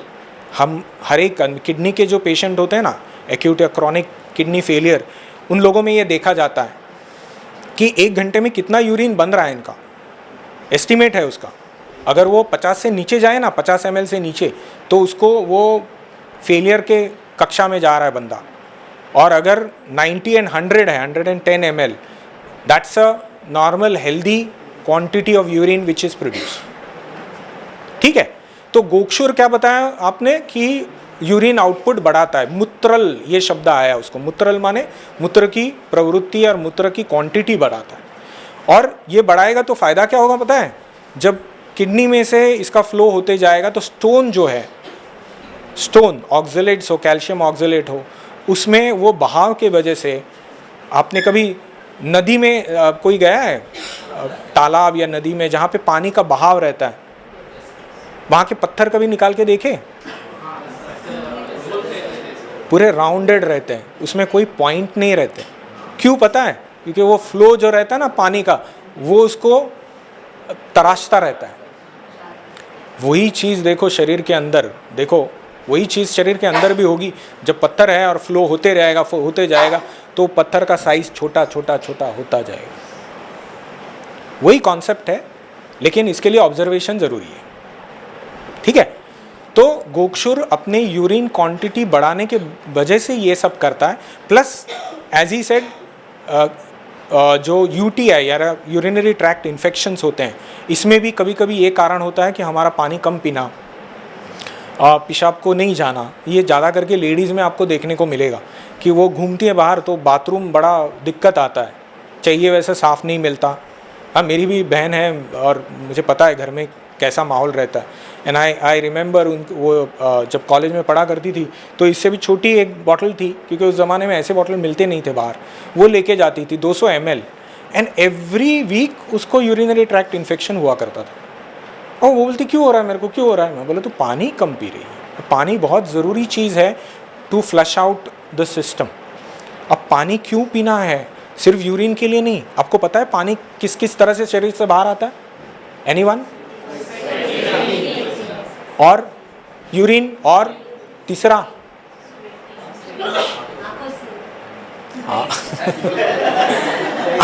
आंखों से निकलता ज़रूर है, लेकिन उतना नहीं निकलेगा. आंखों का तब निकलेगा जब आपके कस्टमर बहुत सारे क्वेश्चन पूछने लगेंगे. और एक चीज़ आपने ऑब्जर्व की हो, अगर आपने आईना आपको साफ करना है तो आप क्या करते हो? चश्मा साफ करना है, आप निकालते हो, तो आप water loss even through your aspiration, क्योंकि हमारे लंग्स में एक्सचेंज है कार्बन डाइऑक्साइड और ऑक्सीजन का, ये पता है ना आपको. तो वहाँ भी वाटर जो है वो एक बाय प्रोडक्ट करके बनता है. और वहाँ से भी वो एक्सपेल होता है। यानी ध्यान में रखो कि एक गिलास आप पानी पी रहे हो, उसका तो 90 ml तो पेशाब होना चाहिए, फिर उसमें से आप रोगे नहीं तो पसीना आएगा, पसीने से भी पानी जाएगा। हाँ, और तीसरा जो आप सांसें ले रहे हो वो भी बंद नहीं कर सकते ना। कितने लोग हैं जो सांसें बंद कर सकते हैं? कोई है ऐसा? बाबा कैटेगरी में हो गए। तो सांस लेंगे आप तो पानी जो है वो कम कम होते जाएगा। तो understand why water is important. I thought कोई सेलिब्रेशन हो रहा है। तो पानी इसीलिए ज़रूरी है, आप पीते रहो क्योंकि सिस्टम को उसकी ज़रूरत है। और यूरिनरी सिस्टम को इसीलिए ज़रूरी है क्योंकि ये जो टॉक्सिसिटी जो होती है ना खून में, उसको प्यूरिफाई करके निकालने का काम है किडनी का। किडनी, लीवर और स्प्लीन, ये तीन जो है ना, ये बहुत ही इम्पॉर्टेंट ऑर्गन्स है हमारे बॉडी के। जो ये टॉक्सिसिटी बॉडी में बनती है, आपको पता होना चाहिए कि लीवर तो लगभग 500 से ज़्यादा फंक्शन करता है, 500 से ज़्यादा। हमको सिर्फ 4-5 गिने चुने ही मालूम है जो हम रट्टा मारते हैं एग्ज़ाम के लिए और तैयारी करते हैं, बट 500 करता है काम। और डिटॉक्सीफाई करने का काम करता है। डिटॉक्स, इसके बारे में भी पॉइंट है सर, मैं लेने वाला हूँ क्योंकि वो एक क्वेश्चन में दिख रहा है डिटॉक्स का मतलब क्या है। तो ये तीनों ऑर्गन जो है ना, ये शरीर में से जो इस प्रकार की टॉक्सिसिटी जो बनती है, देखो हम खाना खाते हैं उसमें से न्यूट्रिशन बनता है, ये आपको सबको पता है। न्यूट्रिशन अलग अलग किस्म के, vitamin A, B, C, D, हाँ ठीक है। फिर प्रोटीन्स है, कार्बोहाइड्रेट्स, ये वो कंपोनेंट हो गया। ये सब चीज़ें हम शरीर के लिए बनती है और सप्लाई की जाती है। लेकिन एक है बात जो हम वेस्ट प्रोडक्ट बोलते हैं। तो वेस्ट प्रोडक्ट जो होता है वो जो बाहर निकलता है शरीर से, ठीक है, एक तो मल स्वरूप बाहर निकलेगा और दूसरा पेशाब से निकलता है। तो अंडरस्टैंड, पानी कम पीना, इसके वजह से अगर वो टॉक्सिसिटी अगर जमा हो जाए तो वो बोल रहे हैं वैसे यूरिनरी ट्रैक्ट इन्फेक्शन फ्रीक्वेंटली होते जाएंगे, ठीक है। तो इसमें गोक्षुर जो है वो बढ़िया काम करता है, बिकॉज गोक्षुर क्या करेगा, यूरिन क्वांटिटी बढ़ाता है, पसीना नहीं बढ़ाएगा।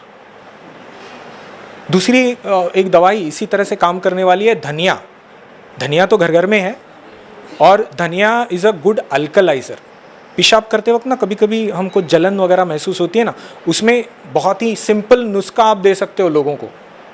या आपके हाथ में रखिए बटुए में, कि अगर कोई बोले कि हाँ इन दिनों मैं ना दवाई ले रहा हूँ लेकिन मेरे को ना जलन हो रही है, पेशाब में जलन बहुत महसूस होती है, उनको बोले कुछ नहीं करो, रात को ना 1 लीटर भर पानी लीजिए, 2 चम्मच उसमें खुला जो धनिया की सीड्स होते हैं ना, मराठी में धणे म्हणतात, सो धनिया सीड्स उसमें डाल दो, कोरिएंडर डाल दो, उसको एक 5 मिनट का अच्छा बॉईल निकालो, पानी ढक के रखो, सुबह उसको पियो बोलो। दिन भर कम से कम एक 4 या 5 ग्लास नॉर्मल पानी तो पियो, उसके साथ साथ एक ये 100 ml पिया करो। चमत्कार यानी मिरेकल ये है कि 2 या 3 दिन में वो बताएंगे आपको फ़ोन करके जलन कम हो गई।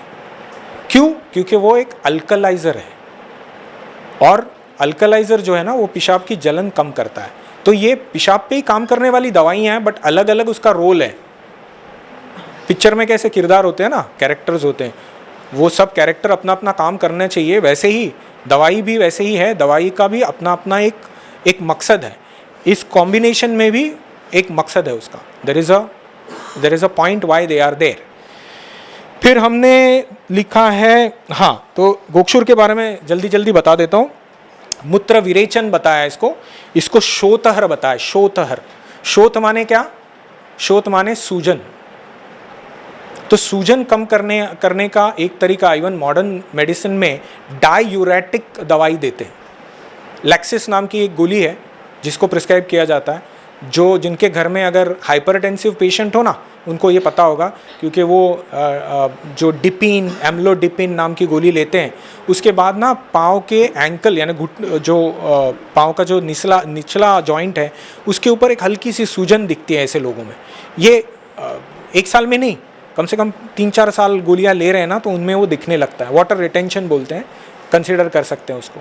तो ये एडेमा कम करने में डायूरेटिक यूज़ करते हैं एलोपैथी के डॉक्टर भी। तो हमारे पास तो गोक्षुर है, सेम वर्क डायूरेटिक, ठीक है। तो ये डायूरेटिक या मूत्र विरेचक है, शोथहर है, वेदना स्थापक बोला है, वेदना स्थापक, इसीलिए किसी ने तो यहाँ पे मेरे को लिखने को बोला था, बैक पेन में अश्वगंधा और गोक्षुर भी पेन किलर करके इस्तेमाल होता है। हमारे पास एक दवाई है कॉल है गोक्षुर आदि गुग्गुड़।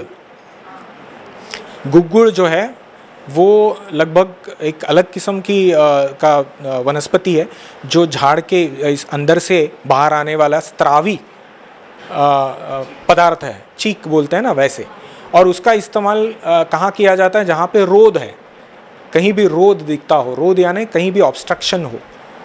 अभी जॉइंट पेन में रोध कैसे होता है, तो वहाँ पे सर्कुलेशन ठीक नहीं, न्यूट्रिशन बराबर नहीं पहुँचता, आयन जो ज़रूरी है वो वहाँ तक नहीं पहुँचता, तो ऑक्सीजन जो है ऑक्सी हीमोग्लोबिन कॉम्बिनेशन वहाँ पे नहीं पहुँचता। ये सब चीज़ों को नलीफाई करने के लिए गोक्षुर आदि गुग्गुड़, ऑस्टियोआर्थराइटिस यानी संधिवात, इसमें इस्तेमाल होता है। तो यहाँ भी इसका वही कार्य बताया गया है, और बताया गया है कि ये वेदना स्थापक बताया है।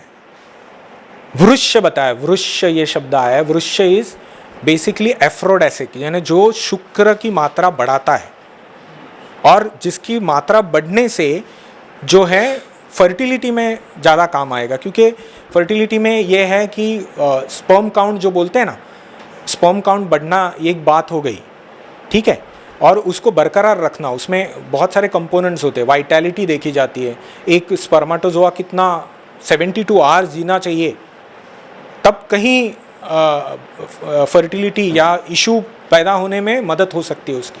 और गोक्षुर ये वृश्य बताया है, एफ्रोडेसिक यानी उसको उसका प्रमाण बढ़ाने वाला बताया है। अर्ज भी बढ़ाएगा, सेक्सुअल अर्ज भी बढ़ाएगा नो डाउट, बट उसके साथ साथ इवन ये कंपोनेंट है शुक्र धातु को स्ट्रॉन्ग बनाने का काम भी वो किस हद तक करता है।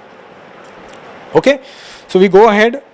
अश्मरी नाशक बोला है उसको, अश्मरी नाशक, अश्मरी पत्थर, संस्कृत में अश्मरी बोलते हैं उसको, अश्मरी नाशक यानी स्टोन को कम करने वाला, ये भी आया है, इसका भी रेफरेंस है। और बस्ती शोथ में इसका बढ़िया काम होता है। बस्ती शोथ माने क्या? बस्ती माने ब्लैडर, यूरिनरी ब्लैडर। एक व्याधि होता है जिसमें यूरिनरी ट्रैक्ट इन्फेक्शन और उसके चलते बस्ती शोथ यानी जिसको सिस्टाइटिस बोलते हैं, सिस्टाइटिस मॉडर्न पैरामीटर में शब्द बराबर है उसको, तो उसका इस्तेमाल जब हम करेंगे तो गोक्षुर से इवन बिकॉज मूत्र प्रवृत्ति ज़्यादा बढ़ती है, तो ये सब जो चीज़ें अंदर हैं, बैक्टीरिया और ये जो बनते हैं, उनको भी फ्लश आउट करते रहता है वो, पेशाब के साथ वो बाहर आते जाते हैं, और इसके कारण बस्ती शोथ जो है वो कम होगा। फिर है इसमें मुलेठी है, मुलेठी ग्लिसरा ग्लाब्रा, और ग्लिजरीन नाम का इसमें एक कंपोनेंट है, केमिकल कंपोनेंट। अभी मुलेठी ये किस चीज़ के लिए काम में आती है, मैं जल्दी इसका ये लेता हूँ। एक तो it is a wonderful medicine too, छाती में जो भरा हुआ कफ है ना, उसको पतला करने वाली ये बढ़िया दवाई है। किसी को खांसी हो ना, तो उसको सिर्फ मुलेठी आप चबाने को दो ना सुपारी की तरह, तो भी बढ़िया उसमें फ़र्क पड़ता है, बहुत उसको आराम मिलेगा, बिल्कुल एक दिन में आराम मिलेगा, ठीक है। तो ये बात है। दूसरी है एसिडिटी में, यहाँ पे हमने इसका एसिडिटी में इस्तेमाल भी देखा है, और एसिडिटी में वो नलीफाई करती है, जो एसिडिक मीडियम है पेट में। एक बात ध्यान में रखिए, जैसे हमारा बाहर हम स्किन बोलते हैं ना, चमड़ी है, त्वचा है, अंदर भी ऑल त्वचा ही है, अंदर बाहर सब त्वचा। सबसे बड़ा सेंस ऑर्गन क्या है? इसके लिए है। और पेट में भी जीआई ट्रैक्ट जो बोलते हैं ना, गैस्ट्रो इंटेस्टिनल ट्रैक्ट, पेट में भी त्वचा है, और उस त्वचा को एसिडिक कभी कभी वो हो जाती है, और एसिडिक होने के कारण उसको नलीफाई यानी एसिड को नलीफाई करने के लिए भी इसका इस्तेमाल हो सकता है अल्कलाइज़र करके। लेकिन ये प्योरली अल्कलाइज़र नहीं है, इसका मधुर जो रस है, मधुर रस है, उसका टेस्ट मधुर है, इसीलिए इसका इस्तेमाल जो होता है, पाक भी स्वादु होता है यानी मीठा होता है, इसीलिए वो अल्सर्स में बहुत गुणकारी है, एसिडिटी में बढ़िया काम देगा, ठीक है।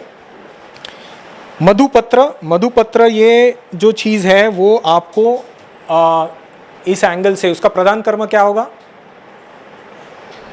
मधुपत्र, if I am not mistaken, stevia, हाँ, it is a natural sweetener, शक्कर के जगह पे आजकल यूज़ हो रहा है बहुत, और ऐसा नहीं है कि शक्कर से इसमें कोई प्रॉब्लम नहीं है, शक्कर जैसा ही है।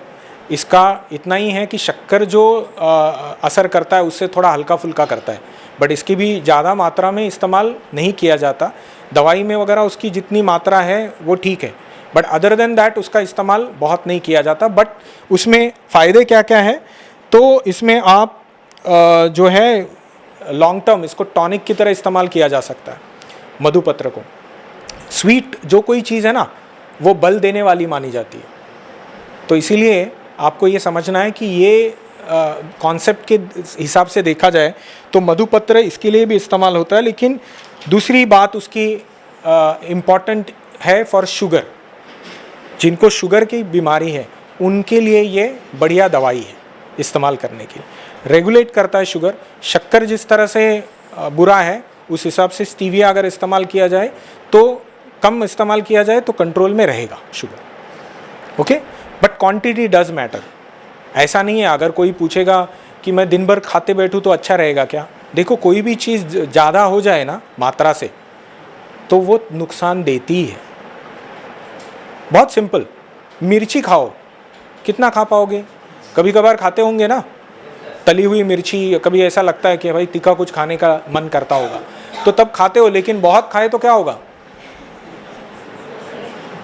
अरे किसी को नहीं मालूम क्या होगा? हाँ बिल्कुल, वही सिंपल आंसर, काफ़ी मेडिकल आंसर नहीं है। एसिडिटी होगी, जलन होगा पूरा अंदर।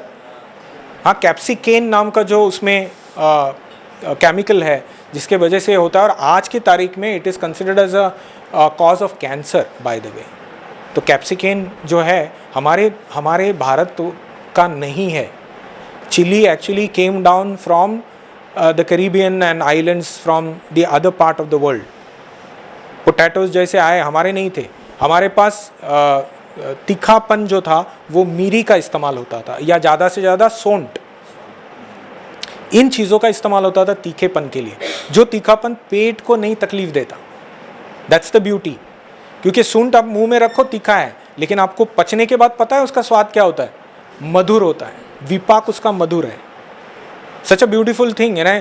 सिलेक्शन भी इतना बेहतर था उनका कि आप देखोगे कि उस ज़माने का वैद्यकीय शास्त्र, खाद्य शास्त्र, ये बहुत एक दूसरे में घुले मिले रहते थे। ठीक है, थोड़ा विषय बढ़ेगा और इसीलिए मैं थोड़ा फास्ट कर रहा हूँ। इसके बाद इसमें एक द्रव्य है कॉल्ड शतावरी। शतावरी एस्पैरागस रेसमोसिस, और इसमें एस्पैरागजीन नाम का केमिकल कंपोनेंट है। शतावरी क्या क्या करता है, कोई बताएगा? Could somebody volunteer? एक चीज़ बताओ। शतावरी, ओके, और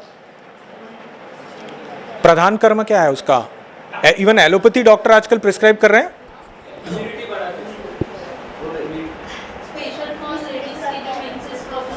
स्तन्य बोला है, यानी जो माएँ दूध पिला रही हैं बच्चों को, यस, लैक्टेशन बढ़ाता है, मिल्क प्रोडक्शन बढ़ाता है। उनके पास और कोई दवाई नहीं है एलोपैथी में, यही लिख के देते हैं, और उसका नाम उन्होंने थोड़ा अलग रखा है ताकि हमको लगे कि भाई ये भारी दवाई है। नहीं, मेरे किसी प्रिस्क्रिप्शन एक पेशेंट लेके आया मेरे पास और मेरे को बोला सर ये बड़ी दवाई दी है, वो दूध नहीं आ रहा था, बच्चा कैसा खा ये करेगा, तो उन्होंने बड़ी दवाई लिख के दी। मैंने सिर्फ गूगल किया, पता चला उसमें शतावरी है, 50% शतावरी। मैं बोला ये क्यों ले रहे हो? फिर शतावरी कल्प है हमारा, इससे सस्ता है, वो महंगा था दवाई, सस्ता। अभी ये मैं क्या बता रहा हूँ आपको, ऐसा नहीं बता रहा हूँ कि सस्ता होना चाहिए, महंगा होना चाहिए, ये बात नहीं बता रहा हूँ, बट लेना आसान होना चाहिए। देखिए, कोई भी पेशेंट जब दवाई लेता है तो उसको एक दो चीज़ें उसके दिमाग में रहती हैं कि मुझे ये फ्रीक्वेंटली लेना है, तो इसका साइड इफ़ेक्ट तो नहीं है ना, ये पहले पूछेगा। पॉकेट को मेरे चलेगा ना, ये दूसरा रहेगा। हाँ, और तीसरा क्या होता है, मिलता है ना आसानी से, ये तीन चीज़ें पूछेंगे ही पूछेंगे आप जैसे कोई प्रोडक्ट लेके जाओगे तो, और ये आपको सेटिस्फाई आंसर देना पड़ता है at first point of sale, ये भूलना नहीं। क्योंकि आप बोलोगे नहीं ये टाइम तो मिल जाएगा, आगे मालूम नहीं, वो नहीं लेंगे दवाई, खुद ब खुद बाजू में रख देंगे। ये this is a negative marketing sentence, मिलेगा, अवेलेबल करके देंगे, ये कहना बहुत ज़रूरी है। आश्वासन, हमारे पास चिकित्सा का एक अंग बताया आश्वासन देना। अगर डॉक्टर का, बहुत सारे डॉक्टर अगर पेशेंट को ऐसे बोलने लगे आप तो कल जाएंगे, अच्छा लगेगा क्या?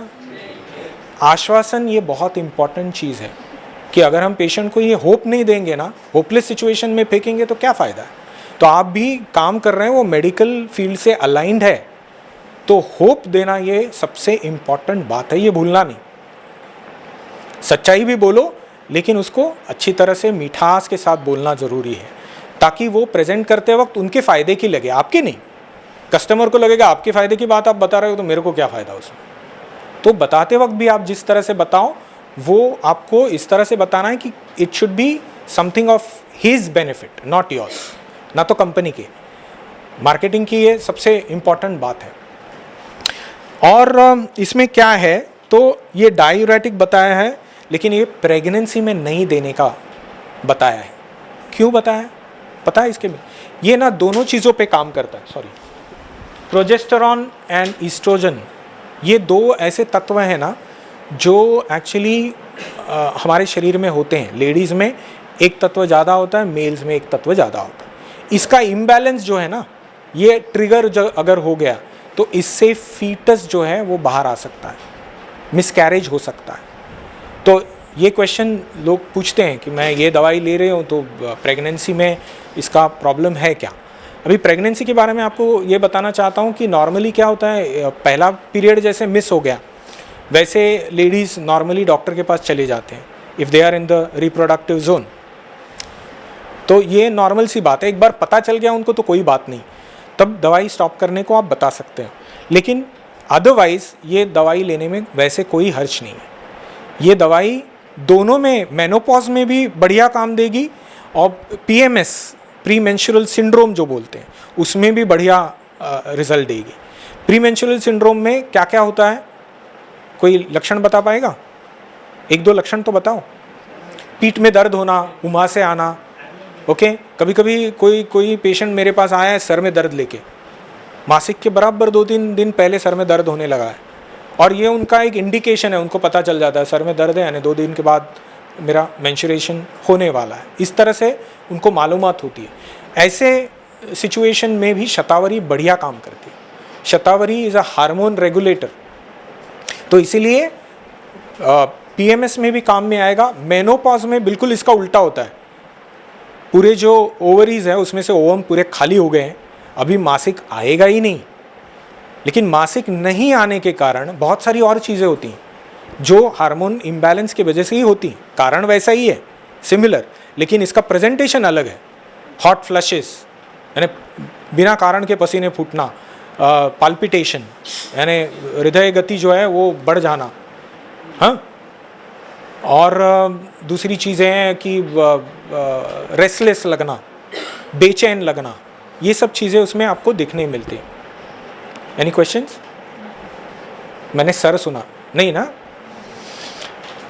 तो ये दोनों में मैं बता रहा हूँ, मेनोपॉज में भी इसका आप जिक्र कर सकते हैं, इसका यूज़ कर सकते हैं। तो नारी ऊर्जा दोनों कंडीशन में आप यूज़ कर सकते हैं। क्वेश्चन के पास आता हूँ, तुरंत ये ख़त्म करके फिर क्वेश्चन लेंगे। बोलिए और कुछ सर। कि जैसे अभी सर मोस्ट ऑफ जो पेशेंट्स हमें फीमेल पेशेंट्स मिलते हैं ना, वो जो थायराइड पेशेंट मैक्सिमम अभी फील्ड पे मिलते हैं ना हमें, लेकिन उन लोगों को सब हम नारी ऊर्जा सजेस्ट करते हैं, लेकिन एक्चुअली वो थायराइड के लिए क्या वो काम करता है? मतलब थायराइड उनका हम जो बताते हैं कि आपका थायराइड लेवल कम हो जाएगा या बैलेंसिंग में आएगा, तो एग्जैक्ट जो हमारा नारी ऊर्जा जो है वो उनका थायराइड लेवल कैसे कम करता है? देखिए, थायराइड में 3 कंपोनेंट होते हैं, T3, T4, TSH, thyroid secreting hormone. ये हम इसके पैरामीटर्स हैं, इसका पैथोलॉजी है, वो हम देखते हैं। ये जो नारी ऊर्जा में जो कॉम्बिनेशन है वो जो थायराइड है उसमें स्टिमुलेशन का काम करता है। उसका जो डिस्चार्जेस या जो सिक्रीशन जो आने चाहिए उसको बेहतर बनाने की कोशिश करता है, और इसका नियमन भी कर सकता है। दोनों चीज़ें, थायराइड ज़्यादा करके ऐसा है दोनों तरफ, हाइपोथायराइडिज्म एंड हाइपरथायराइडिज्म, ऐसे 2 चीज़ें हैं, आपने सुनी होगी। हाइपो माने कम होना, वो भी प्रॉब्लम है, हाइपर माने ज़्यादा होना, ये भी प्रॉब्लम है। तो दोनों में नियमन माने हार्मोनाइज करने का काम करती है। तो ये बताना टेक्निकली आप जो बोल रहे हो ना कि इसमें से क्या कंपोनेंट उसको काम करेगा, तो उसमें थोड़ा डिटेल में जाना पड़ेगा, जो शायद मैं चाहूँ तो आपके साथ रिसर्च जो कोई केस है ना वो मैं शेयर कर सकता हूँ कि उसमें से क्या कंपोनेंट है जो कम होता है। ओके, क्योंकि उसके लिए हमारी तैयारी भी लगेगी, वो सब कंपोनेंट्स और वो सब चीज़ें समझनी पड़ेगी, वरना मैं बोलते जाऊँगा आप। थायराइड हार्मोनाइज करता है, हार्मोन को हार्मोनाइज, हार्मनी यानी क्या, हार्मनी का मतलब है उसका समता जो है ना, उसकी समता बनाए रखता है, कार्य बनाए रखता है, जिसके कारण। Anything else? जैसे हम नारी ऊर्जा देते हैं ना एक पेशेंट को देते हैं, तो उसके साथ कॉम्बिनेशन में अदर हमारे जो मेडिसिन्स है ना, आयुर्वेदिक मेडिसिन ही रहते हैं ना, तो हम दे सकते हैं क्या वो?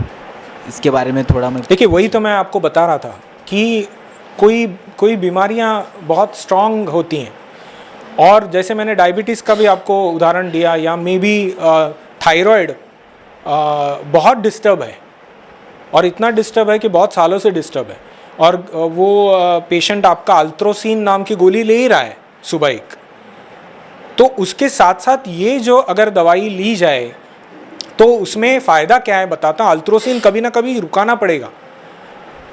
एलोपैथी में भी दवाई ऐसी है कि आपको कंटिन्यूसली लेना डॉक्टर प्रिस्क्राइब नहीं करते, बट ये दवाई आप ज़्यादा महीनों तक ले सकते हैं, क्योंकि इसका कोई साइड इफ़ेक्ट नहीं होगा, और हार्मोन का जो अधिक हार्मोनाइजिंग काम है, उसको बैलेंस करने का काम है, ये दवाई करते रहेगी। लेकिन अगर उससे ज़्यादा बड़ा है, थायराइड नॉर्मल से ज़्यादा है, तो उसको कम करने के लिए हमको और कोई दवाई की ज़रूरत पड़ सकती है। Very simple.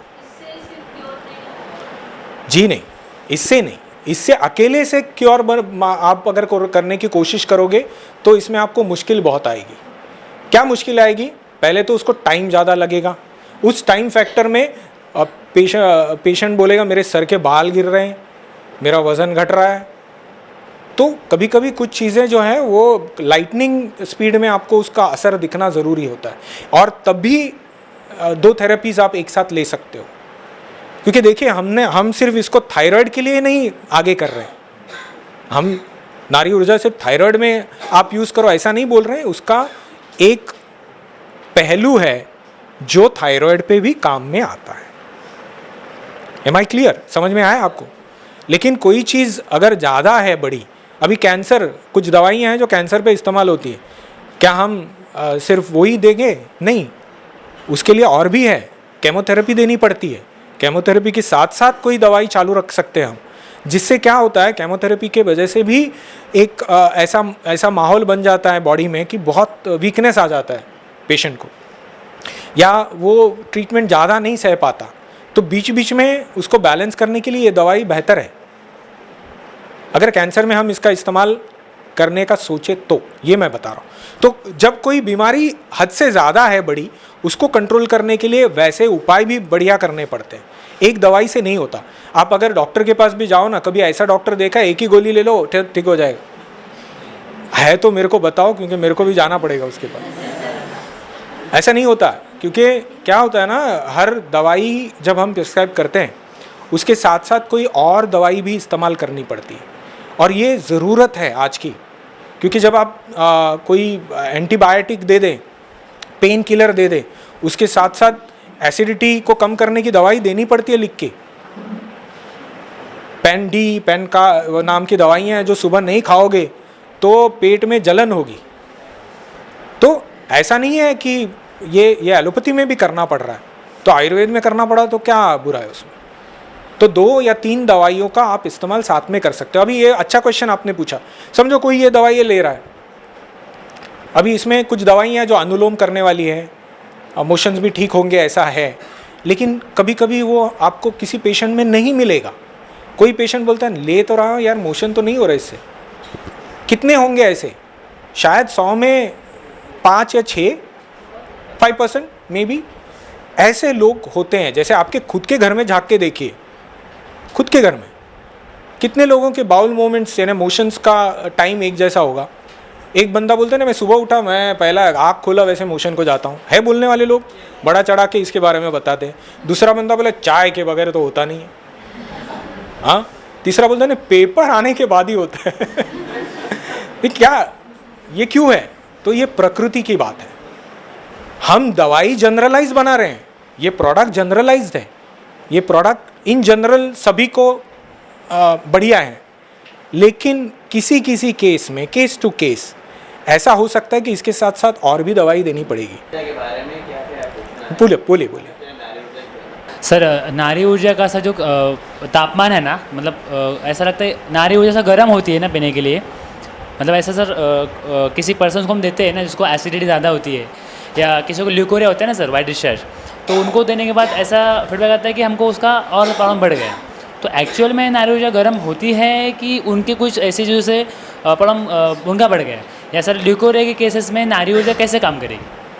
देखो, नारी ऊर्जा का जो कॉम्बिनेशन है उसमें ल्यूकोरिया में काम करने वाली दवाइयाँ हैं उसमें, और ये जो आप बात बोल रहे हो ना, ये बात किसी किसी परसेंटेज, यानी जैसे मैंने अभी बताया कि 5% या 2% लोगों में ये हो सकता है, लेकिन ये गर्म नहीं है दवाई, उसका जो कॉम्बिनेशन मैंने देखा ऐसी कोई गर्मी लाने वाली दवाई है नहीं।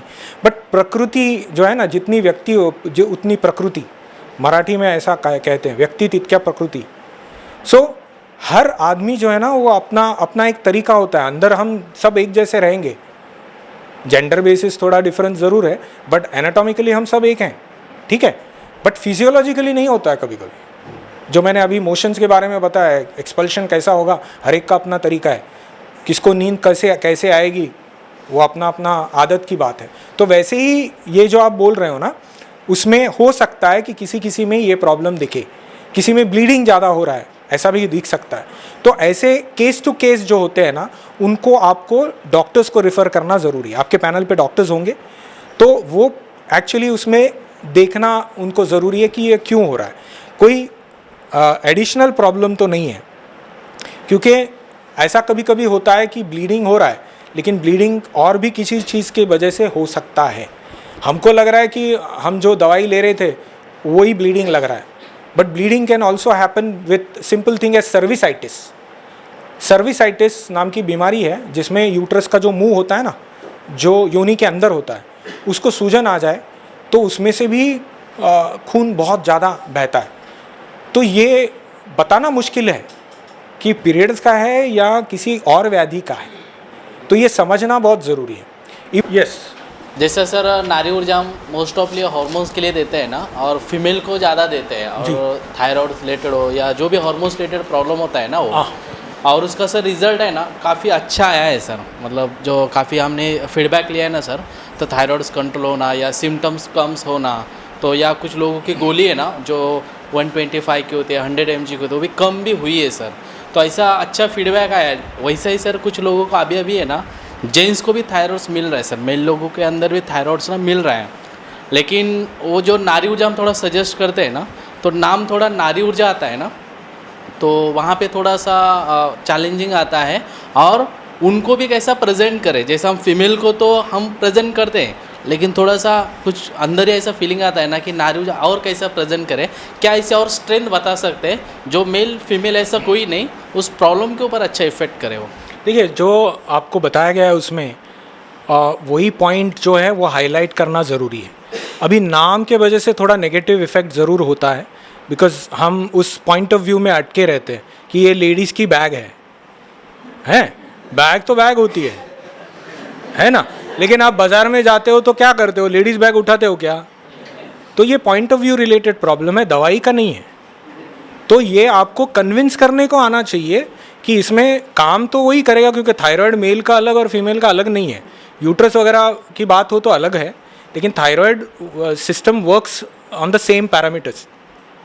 तो आपको आपके कन्विंसिंग पावर पे है। अगर आप ये कन्विंस कर सको कि ये आपको बिल्कुल काम में आने वाली दवाई है, नाम मत देखो सर, तो बढ़िया रहेगा। सर मतलब फीमेल को जो डोज देते हैं ना हम लोग, मेंसेस जब स्टार्ट रहते हैं उनको ना, तो हम लोग बोलते हैं कि स्टॉप करना है ना, तो कुछ फीमेल लोगों को कैसा 8-8 दिन पर भी ब्लीडिंग होता है ना सर, तो उनको मतलब कैसा डोज बताइए ना। और क्योंकि मेंसेस में हम लोग ना लेने के लिए बोलते हैं ना, तो कुछ लोगों को 1-2 दिन ही मतलब ब्लीडिंग फ्लो रहता है, लेकिन कुछ लेडीज़ लोगों को 8-10 रहता है ना, तो तभी उनको मतलब डोसेस कैसा बताना चाहिए। और देखिए, तभी मतलब क्या काम करेगा? इसमें ऐसा है कि एक स्टैंडर्ड डोज आपका होगा इस प्रोडक्ट का, तो स्टैंडर्ड डोज जो होता है ना, वो स्टैंडर्ड डोज मेंटेन रखना बहुत ज़रूरी है। ऐसा नहीं कि किसी को भाई 20 ml दे रहे हो, उसके जगह पे 40 ml दे दो और उससे फ़र्क पड़ेगा। इसके पीछे का रीज़न आपको देखना पड़ेगा कि अगर ब्लीडिंग हो रहा है तो उसका क्या और कारण हो सकता है। जैसे मैंने अभी बताया, सर्विसाइटिस हो सकता है, या मे बी कोई और बीमारी हो, जैसे प्रोस्टेट बताया इन्होंने कि प्रोस्टेट में भी हो सकता है। तो ऐसी सब चीज़ों को पहले हमने डायग्नोसिस में लाके इनको रूल आउट करना चाहिए। तो ऐसे केसेस जब आए ना, तो एक तो आपके जो पैनल डॉक्टर हैं उनके पास ऐसे पेशेंट को रिफ़र करना बहुत ज़रूरी है, क्योंकि इसको आप डोज के ऊपर अगर सॉर्ट आउट करने की कोशिश करोगे तो ये और मुश्किल होते जाएगा। क्योंकि समझो आपने डोज बढ़ा दिया, फिर भी ये चालू रहा, तो कहाँ रुकेगा ये चीज़। तो इसीलिए वी शुड नो एग्जैक्टली कि हम टारगेट क्या कर रहे हैं। मतलब तभी देना ही, नारी ऊर्जा लेने के लिए बोलना है या ना? देखिए, नारी ऊर्जा बंद करने की कोई ज़रूरत नहीं है, ऐसा नहीं कि उसके वजह से कुछ हो रहा है, लेकिन उसका कारण जो है वो ढूंढना बहुत जल्दी ज़रूरी है। कि ब्लीडिंग हो रहा है तो आप डॉक्टर को पता है कि क्यों, किस किस और कारण से होता है, और वो कारण जो है ना वो हम डायग्नोस कर सकते हैं कि टेस्ट बोल सकते हैं, पैथोलॉजी बोल सकते हैं, सोनोग्राफी बोल सकते हैं, और जिससे हमको पता चले कि ये क्यों हो रहा है। एक्चुअली सर, जब मतलब पीसीओडी या यूट्रस रिलेटेड जिनके ऑपरेशंस होते हैं ना, तो उनकी ट्रीटमेंट चालू होती है, मतलब फाइब्रॉइड्स होगा या मतलब ओवरऑल जो यूट्रस रिलेटेड, तो उनकी ट्रीटमेंट के बीच में उनको नारी ऊर्जा सजेस्ट करना सही रहेगा या आफ्टर कुछ मतलब पीरियड टाइम रहेगा उनके बाद? करेंगे आप, ये सेकंड पार्ट क्या था? मतलब ऑपरेशन के कितने पीरियड बाद हम नारी ऊर्जा सजेस्ट कर सकते हैं, या नॉर्मली उनकी ट्रीटमेंट के मतलब विद इन अ ट्रीटमेंट हम चालू कर सकते हैं? हाँ, uterus and also fibroids and PCOD, मतलब ओवरऑल जो fibroids related and uterus related जो प्रॉब्लम्स रहते हैं, तो ऑपरेशन होता है ना, तो एलोपैथी ट्रीटमेंट चालू होती है ना, तो उस ट्रीटमेंट के साथ हम नारी ऊर्जा दे सकते हैं या आफ्टर सम पीरियड्स हम देना चाहिए हमें? देखिए, ऑपरेशन या कोई प्रोसीजर के बाद सिस्टम पे पहले ही बहुत सारी दवाइयाँ एलोपैथी की पुश की जाती हैं, जिसमें एंटीबायोटिक्स हो सकती हैं, पेन किलर हो सकती हैं। तो उसमें ये दवाइयाँ जो है वैसे प्रिस्क्राइब करने में और देने में कोई दिक्कत नहीं है, कोई प्रॉब्लम नहीं है। लेकिन क्या होता है ना, आप बहुत सारी दवाइयाँ अगर साथ में ले रहे हो तो क्या दवाई का क्या असर हो रहा है ये पता चलना मुश्किल हो जाता है। तो बेटर एक स्पैन ऑफ टाइम, यानी ऐसे ऑपरेशन प्रोसीजर्स में लगभग 7 दिन या 10 दिन का टाइम रहता है, जिसमें ये दवाइयाँ सब ख़त्म हो जाती हैं और फॉलोअप भी हो जाता है डॉक्टर के पास, जो सर्जन है उनके पास वो जाके आ जाती हैं। उसके तुरंत बाद वो लोग शुरू कर सकते हैं। एज अ रेगुलेशन मेडिसिन के लिए ये बढ़िया है, तो तुरंत भी दे सकते हैं आप अगर कन्विंस करें और ऐसे कोई तकलीफ़ नहीं होती उससे। आप अगर मुझे पूछेंगे सर ये दवाई देंगे तो तकलीफ़ होगा क्या, नहीं, सिर्फ इतना ही है कि बहुत सारी दवाइयाँ हैं, उसके साथ साथ ये देने से अच्छा है कि आप ये दवाइयों का कोर्स जो है 7 दिन का वो ख़त्म हो जाए, उसके बाद शुरू कर देना, ये बोल सकते हो। किसी ने तो एक क्वेश्चन भेजा है मुझे कि क्या ये दवाई लेके पीरियड्स शुरू होंगे क्या मेनोपॉज में। तो मेनोपॉज में पीरियड आना बिल्कुल ये नहीं है, it is not at all possible. तो मेनोपॉज की लेडी में क्या होगा कि रेगुलेट होगा और हार्मोन रेगुलेशंस होगा, पीरियड्स नहीं आने लगेंगे। पीरियड्स सवाल है, कुछ केसेस में प्री मेनोपॉज होता है, हाँ फुल मेनोपॉज नहीं होता, बिल्कुल, दे फील कि अभी मेनोपॉज हो गया, बिल्कुल। सो कुछ केसेस में ऐसा मिला है कि 6 महीने से पीरियड नहीं आए, तो नारी ऊर्जा पे उनके पीरियड्स आ गए, हो बिकॉज़ एक्चुअल मेनोपॉज नहीं था। बिल्कुल। अब ऐसे टाइम पे डोसेस कुछ मैनेज करना है, वही कैरी ऑन करना है। लेकिन ये डायग्नोसिस इंपॉर्टेंट है। आप अगर मेनोपॉज बोलेंगे तो वो गलत हो जाएगा। प्री मेनोपॉज अपने को पता है कि वो प्री मेनोपॉज है, नहीं, इसीलिए ये डायग्नोस किया हुआ होना चाहिए, और ये डायग्नोस करने का एक तरीका है हार्मोन स्टडी वगैरह करके, उसके हिसाब से वो किया जाता है। लोग आजकल क्या हो रहे हैं ना, जैसे सुरेश जी बोल रहे थे कि इंटरनेट पे सब पढ़ लेते हैं, अभी मासिक बंद हो गए यानी मेनोपॉज, फलाना चीज़ हो गई, मुझे ये हो गया, खुद ही डायग्नोसिस, सेल्फ डायग्नोसिस बोलते हैं, सेल्फ मेडिकेशन, और ये जो तकलीफ़ है ना उसमें से ये प्रॉब्लम है। बट आप बोल रहे हैं वो मेनोपॉजल नहीं होगा, probably it is just a cessation of periods. Period of 45 age, 42 cases में देखा गया है, not young age, तो it is a lack of period. या so basically it is good. Pre menopausal अगर है तो उसमें ये दवाई बढ़िया है, क्योंकि क्या होता है मेनोपॉज में बॉडी पे बहुत स्ट्रेस आ जाता है, यूट्रस पे, हार्मोन्स पे और बाकी सब चीज़ों पे। तो इसीलिए वो ईज़ होने के लिए ज़रूरी है कि कुछ रेगुलेशन, मेटाबॉलिज्म रेगुलेशन और हार्मोन रेगुलेशन ये दोनों साथ में चले, तो ये आपकी दवाई वहाँ पे काम में आ सकती है। पूछ लो। सर जैसे प्रेगनेंसी होने के बाद फीडिंग करते हैं सर ना लेडीज़ को, तो जैसे कि कई कई लोग 3-4 महीना भी करती है और बाद में 1.5-2 साल तक भी कोई कोई लेडीज़ मिलती है ऐसा करने वाली, तो कितना मंथ के बाद में हमें नारी ऊर्जा सर है ना वो उनको सजेस्ट कर सकते हैं सर फीडिंग करते समय भी उनको? देखिए फीडिंग, वो ब्रेस्ट फीडिंग अगर कर रही हैं तो नारी ऊर्जा इज़ परफेक्ट फॉर इट ना। शतावरी है इसमें, तो स्तन्य है, मैंने बताया शतावरी का उसमें फ़ायदा ही है उनको, और इन जनरल बाकी की भी उनके जो हेल्थ पैरामीटर्स हैं वो भी अच्छे खासे नॉर्मल रहेंगे, और वैसे कोई उसकी तकलीफ़ नहीं है, वो भले 1-2 साल के लिए भी ले लें, कोई प्रॉब्लम नहीं, बढ़िया ही है। एक्चुअली बहुत सारे पेशेंट के पास अभी हम जाते हैं ना तो 18 एज होता है या 20 या 22 होता है, तो उनको ना पीसीओडी का भी प्रॉब्लम रहता ही है सर, और थायराइड भी डिटेक्ट अभी बहुत सारे लोगों को होता है। बट उन्होंने ना नारी ऊर्जा जो प्रोडक्ट है ना अपना लिया है, 6 मंथ भी लिया है, 1 ईयर भी लिया है, बट एक होप्स रहता है ना लोगों को कि मुझे इससे फ़र्क होगा, बट वहाँ पे ना उस चीज़ में ना हार्मोन्स में भी उनको फ़र्क पड़ता है सर। बट जो पीरियड्स रेगुलरली होना चाहिए या फिर पीसीओडी का जो प्रॉब्लम है वो क्योर होना चाहिए, वो नहीं होता है, तो वहाँ पे क्या सजेशन दे कि उनसे बहुत अच्छा बेनिफिट हो उनको?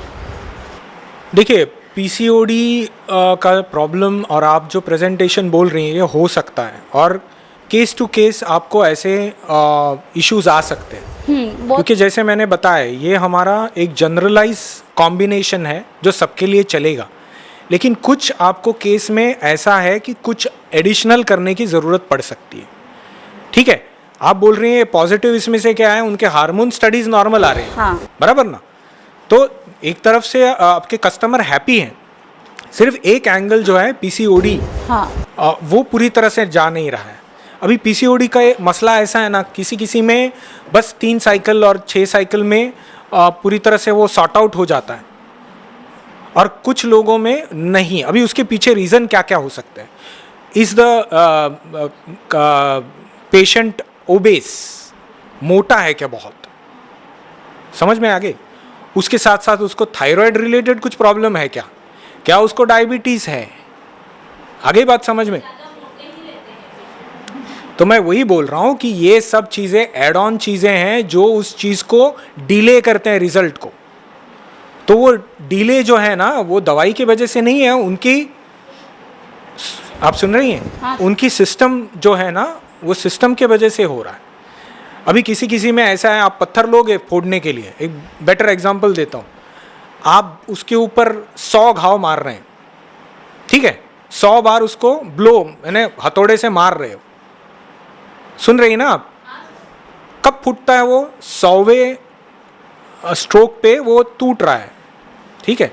तो 99 में क्या हुआ? 99 ने काम नहीं किया क्या? वो काम कर ही रहे थे, वो उसको अंदर से नरम कर ही रहे थे, उसको वीक बना ही रहे थे, लेकिन कभी कभी 100 में होगा, कभी कभी 1000 में होगा, और कभी कभी किसी केस में 5000 फटके पड़ते हैं पत्थर पे। That's the same thing for each individual as well. किसी को 2 महीने में आप रिजल्ट दे सकोगे उसी दवाई से, किसी को 5 महीना या किसी को साल भी लग सकते हैं। पीसीओडी में मेरा एक अनुभव है, मैं नॉर्मली लोगों को बोलता हूँ 9 महीने के लिए आँख बंद करके दवाई लो, ये मेरा तरीका है, और उसका रीज़न बहुत शास्त्रीय, मैं यहाँ आपके सामने वो बता नहीं सकता हूँ बिकॉज बहुत डिटेल में जाना पड़ेगा, बट मैं मिनिमम 9 मंथ्स बोलता हूँ उनको, क्योंकि 9 महीना बच्चा पैदा होने को लगता है, तो यूट्रस में कोई असर दिखने के लिए कोई चीज़ का मैं 9 महीना पकड़ता हूँ दवाई, इतना दिन रखो, इतना दिन चालू रखो। ओवरीज, रिप्रोडक्टिव सिस्टम पूरी तरह से 9 महीने के लिए मैं बोलता हूँ, ठीक है। और ये बात आप ध्यान में रखिए, किसी में जल्दी मिल सकता है, किसी में दूसरे फैक्टर्स हो सकते हैं जिसके वजह से रिजल्ट डिले हो, तो वो फैक्टर्स भी आपको बताने पड़ेगा। अभी वज़न किसी का ज़्यादा है तो वज़न कम करने के लिए कोई उपाय बताओ उनको, उनको पूछो आप कुछ चल रही हैं, फिर रही हैं, कुछ एक्सरसाइज कर रही हैं, योगा कर रही हैं, क्या कर रही हैं, ये भी ज़रूरी है। देखिए दवाई एक पार्ट हो गया, लेकिन बहुत सारी और चीज़ें हैं लाइफस्टाइल की जिनके बारे में आपको पेशेंट को पूछना ज़रूरी है। आप सो रहे हो क्या बराबर, एक्सरसाइज कर रहे हो क्या, खाना क्या खा रहे हो। आयुर्वेद में ना 2 चीज़ें हमारी उपस्तंभ बताया है, यहाँ पे लिखा वगैरह तो नहीं है ना सर, उपस्तंभ करके बताया है 2 जीवन के उपस्तंभ, 3 है बट मैं 2 ही बता रहा हूँ आपको। उसमें आहार है और निद्रा बताया, आहार निद्रा।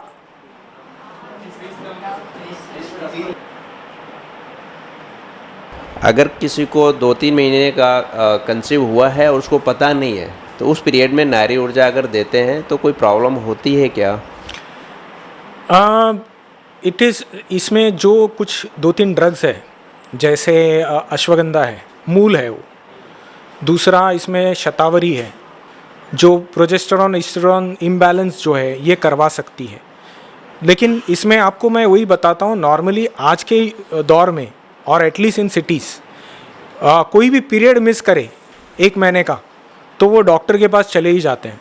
तो 2 महीना या 3 महीना बहुत बड़ा का टाइम हो गया कि anywhere a person who is considering her self, या कोई लेडी अगर खुद को मेनोपॉज समझ के चल रही है तो ये चैलेंज हो सकता है। लेकिन नवविवाहित कोई है और उसने अगर पीरियड मिस किया तो वो डॉक्टर के पास ज़रूर जाएगी।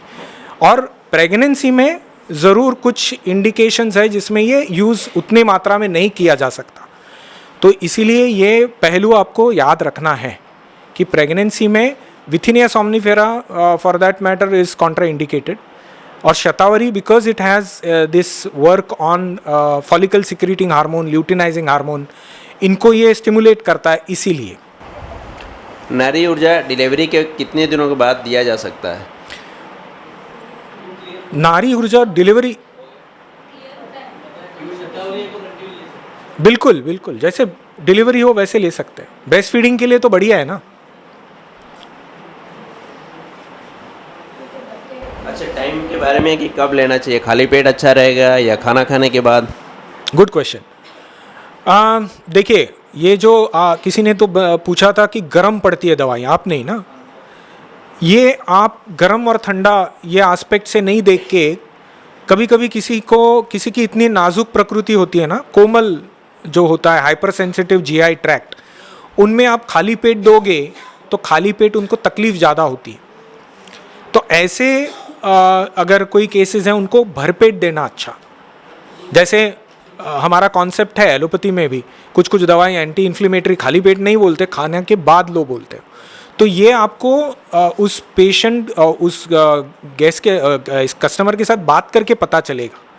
अभी कोई लोग होते हैं जो आपको ये बताएंगे कि ये लेने के बाद ऐसा होता है। अभी फॉर एग्जांपल आप में से एक क्वेश्चन था कि कुछ दवाइयाँ लेने के बाद लोगों को शिकायत है कि गैस होता है ना, गैस होता है करके शिकायत, ऐसा कोई क्वेश्चन है। तो ऐसा भी हो सकता है क्योंकि कोई कुछ दवाइयाँ ऐसी हैं जो थोड़ी कठिन है डाइजेशन के लिए, थोड़ी मुश्किल बनती है। अभी आप खाना, हमारा जो आहार देखोगे आप, कुछ चीज़ें फल वगैरह हम डायरेक्ट खा सकते हैं, ठीक है, कुछ मूल हैं जो हम डायरेक्ट खा सकते हैं। कौन से? कैरेट खाते हैं, हाँ, और कौन सा खाते हैं? मूली भी खाते हैं, ठीक है, मुळा म्हणजे मुळीच। बीट हम बीट रॉ खा सकते हैं क्या? बीट रॉ खाया है किसी ने? आप खाते हैं, बढ़िया, आपका पचन अच्छा है। लेकिन नॉर्मली 90% लोग उसको बॉईल करेंगे, उसको बॉईल करके पील करके काट के खाएंगे, मानते हैं? 90%। अभी इसका मतलब क्या है कि कुछ कुछ वनस्पतियाँ थोड़ी हैवी होती हैं डाइजेशन के लिए, और हमारे पास ये जो खाद्य का एक रेसिपीज़ जो बोलते हैं ना, वो इस हिसाब से बनाई गई हैं कि उस कुछ चीज़ों को पूर्व पाचित का मतलब क्या है? पेट में भी अग्नि है लेकिन वो उस अग्नि की क्षमता उतनी नहीं होती, इसलिए उसको बाहर कुछ पचाना पड़ता है। दूसरी बात, मूली के पराठे खा के बहुत गैस हो गए बोलने वाले बहुत लोग मिलते हैं। क्यों होता है? क्योंकि जब आप रॉ खाते हो तो अपने कोलोन जो होता है ना, लार्ज इंटेस्टाइन, उसमें बैक्टीरियाज होते हैं, तो वो बैक्टीरियाज उन पे काम करने जब लगते हैं तो एज अ बाई प्रोडक्ट बहुत सारा फर्मेंटेशन और gas as a byproduct बन जाता है। तो ऐसे लोगों में क्या आप नुस्खा देंगे? वेरी सिंपल, गर्म पानी पिया करो खाना खाने के साथ साथ। ये पहला इजी नुस्खा। गर्म पानी पीने से किसी को तकलीफ हुई है और कोई मर गया ऐसा अभी आज तक सुना नहीं, तो ये बिल्कुल आप बता सकते हो, ठीक है। दूसरी बात उसके साथ साथ अगर इससे आगे चल के कोई अगर बोला कि नहीं पानी तो गर्म पी रहा हूँ लेकिन मज़ा नहीं आ रहा है, तो उसमें आप जीरा का पाउडर, जीरा पाउडर जो होता है ना वो भी बहुत कम, जीरा पाउडर यानी पूरा 2-3 चम्मच डालने की ज़रूरत नहीं, बिल्कुल 1 चम्मच 1 लीटर पानी में डाल के आप उबाल के वो भी पियो तो वो भी बढ़िया है। जीरा आप देखोगे तो वो भी अग्नि सदृश है। निसर्ग ऐसा है ना, आपको जिस चीज़ की कमी है ना शरीर में वो आपको निसर्ग में ढूंढनी पड़ती है बैलेंस करने को। तो अगर अग्नि कम है तो बाहर से अग्नि तत्व को अंदर डालो, बैलेंस कर लो। इतना बढ़िया ऐसी योजना है। कोकण के कोई है क्या यहाँ पे? कोकण, वाह वाह वाह वाह। सोलकड़ी, सोलकड़ी किसको मालूम है? हाँ, आप राज सर और बाकी सोलकड़ी कभी सुना है आपने? पिया है? कोकम, कोकम नाम का हमारा एक ये है। आप अगर इसको देखेंगे, आज उसके बारे में बहुत चर्चा हो रही है, वज़न कम करने के लिए इस्तेमाल ये वो सब हो रहा है। हमारे ये खाद्य में ये है कोकण में। आप अगर मालवण से देखेंगे गोवा और कारवार तक, और इसका इस्तेमाल क्यों होता है ना, एक्चुअली ये अल्कलाइज़र है। हम तीखा खाते हैं, फ़िश करी कोकोनट वाली, उसके साथ साथ और भी कुछ तीखा लगेगा हमको, वो खा लेते हैं, तो ये खाने के बाद पेट में आग होगी। और अभी उस ज़माने में एंटासिड इतने आसानी से इन्हें बनते ही नहीं थे तभी, तो क्या करोगे आप? तो इसीलिए इसका इस्तेमाल होता था कि सोलकड़ी एक खाने के बाद पी लो, सब अल्कलाई एसिडिटी नलीफाई हो जाएगी, ऐसा है। वही आपके नॉर्थ में आप देखोगे तो बटर मिल्क का इस्तेमाल वैसे होता है, खाने के साथ साथ होता है, छोटी सी इसमें आपको कटोरी में देते हैं, और वो भी मट्ठा जो है वो भी अल्कलाइज़र काम करता है। तो मैं यही बताना चाहता हूँ कि ये जो चीज़ें हैं, वनस्पतियाँ कभी कभी होती हैं, कोई कोई खाद्य होता है, उसका भी इस्तेमाल आप करके कुछ चीज़ें हासिल कर सकते हो, बड़ी कोई दूसरी दवाई। और कभी कभी ये बात ध्यान में रखो कि आप जब कुछ चीज़ सेल कर रहे हो उसके साथ साथ और कोई सेल करने की ज़रूरत नहीं रहती। हमारे पास एक सूत्र है, मैं बताना चाहता हूँ, मैंने लिख के लाया है, which is a very nice, लाया नहीं कि क्या मैंने, यस। तो इसमें आयुर्वेद शास्त्र में लिखा है कि हर बार आप चिकित्सा करते हो ना, यानी लोगों को ठीक करते हो, उसका नतीजा विटामिन एम ही मिलेगा ऐसा नहीं है। विटामिन एम मैंने, तो विटामिन एम के बारे में सोचना नहीं है, ठीक है, आपको वो उस कस्टमर को जीतना भी है, ये याद रखो। उसको भरोसा उस दवाई पे कौन दिला रहा है? आप हैं, आप दिला रहे हैं। तो कभी कभार ये भी है कि ये नुस्खे जो है ना इजी, वो नुस्खे भी आपको देने को आने चाहिए, ताकि उसको लगे कि आप उसके बारे में भी सोच रहे हो। हर चीज़ के साथ हमारे दूसरी दवाई देने की ज़रूरत कभी कभी पड़ती नहीं है, ये याद रखो। सर एक रिक्वेस्ट है आपसे, अभी ये आरोग्य ऊर्जा का सेशन होने के बाद, जैसे अभी आपने 2 आइडिया बताए, 3-4 आइडिया बताए, ऐसे ना कुछ ये लोग भी तैयारी करेंगे, कुछ कॉमन प्रॉब्लम जो मिलती है उसके आप ना हमें आइडिया बताइए, वो काफ़ी काम आएंगे हमको। जी, तो अभी क्या क्वेश्चन था उनका, मैं भूल गया। मैंने जो गर्म पानी का बताया, पेट पे जो गर्म होता है, गैस होता है उसके, तो गैस हो रहा है तो उसके साथ साथ गर्म पानी जो है वो बढ़िया है, उससे रिड्यूस हो जाता है अच्छा खासा। और आपने कोकला दी सोलकड़ी, एसिडिटी अगर हो किसी को, वो बोले मैं दवाई मैं खा के मेरे को तकलीफ हो रही है, तो कोकम का शरबत बोलो लेने को, या अगर नॉर्थ इंडियन हो उनको बोलो थोड़ा सा छाछ जो है, लेकिन इतना ही करना है कि छाछ करते वक्त उसको बिल्कुल पतला करना है, लस्सी जैसा नहीं होना चाहिए, क्योंकि वापस किसी को दूध जो है ना वो पचता नहीं है अच्छा। हाँ, तो एसिडिटी में दूध न पचना ये और एक अलग तरह से तकलीफ देगा। लेकिन मट्ठा बनाने का जो एग्जैक्ट तरीका क्या है कि मक्खन को निकालो पूरा, मक्खन को निकालने के बाद जब आप छाछ को रखते हो ना, तो उसको आप अगर बॉटल में रखोगे तो पूरा नीचे जम जाता है, अगर उसमें लोणी नहीं हो, मक्खन नहीं हो तो ये चीज़ें हैं जो गिमिक हैं, जो आप अपने बटुए में रखो, जब ज़रूरत हो तभी इसके बारे में बताना, और इससे आप दिल जीत लोगे, याद रखो।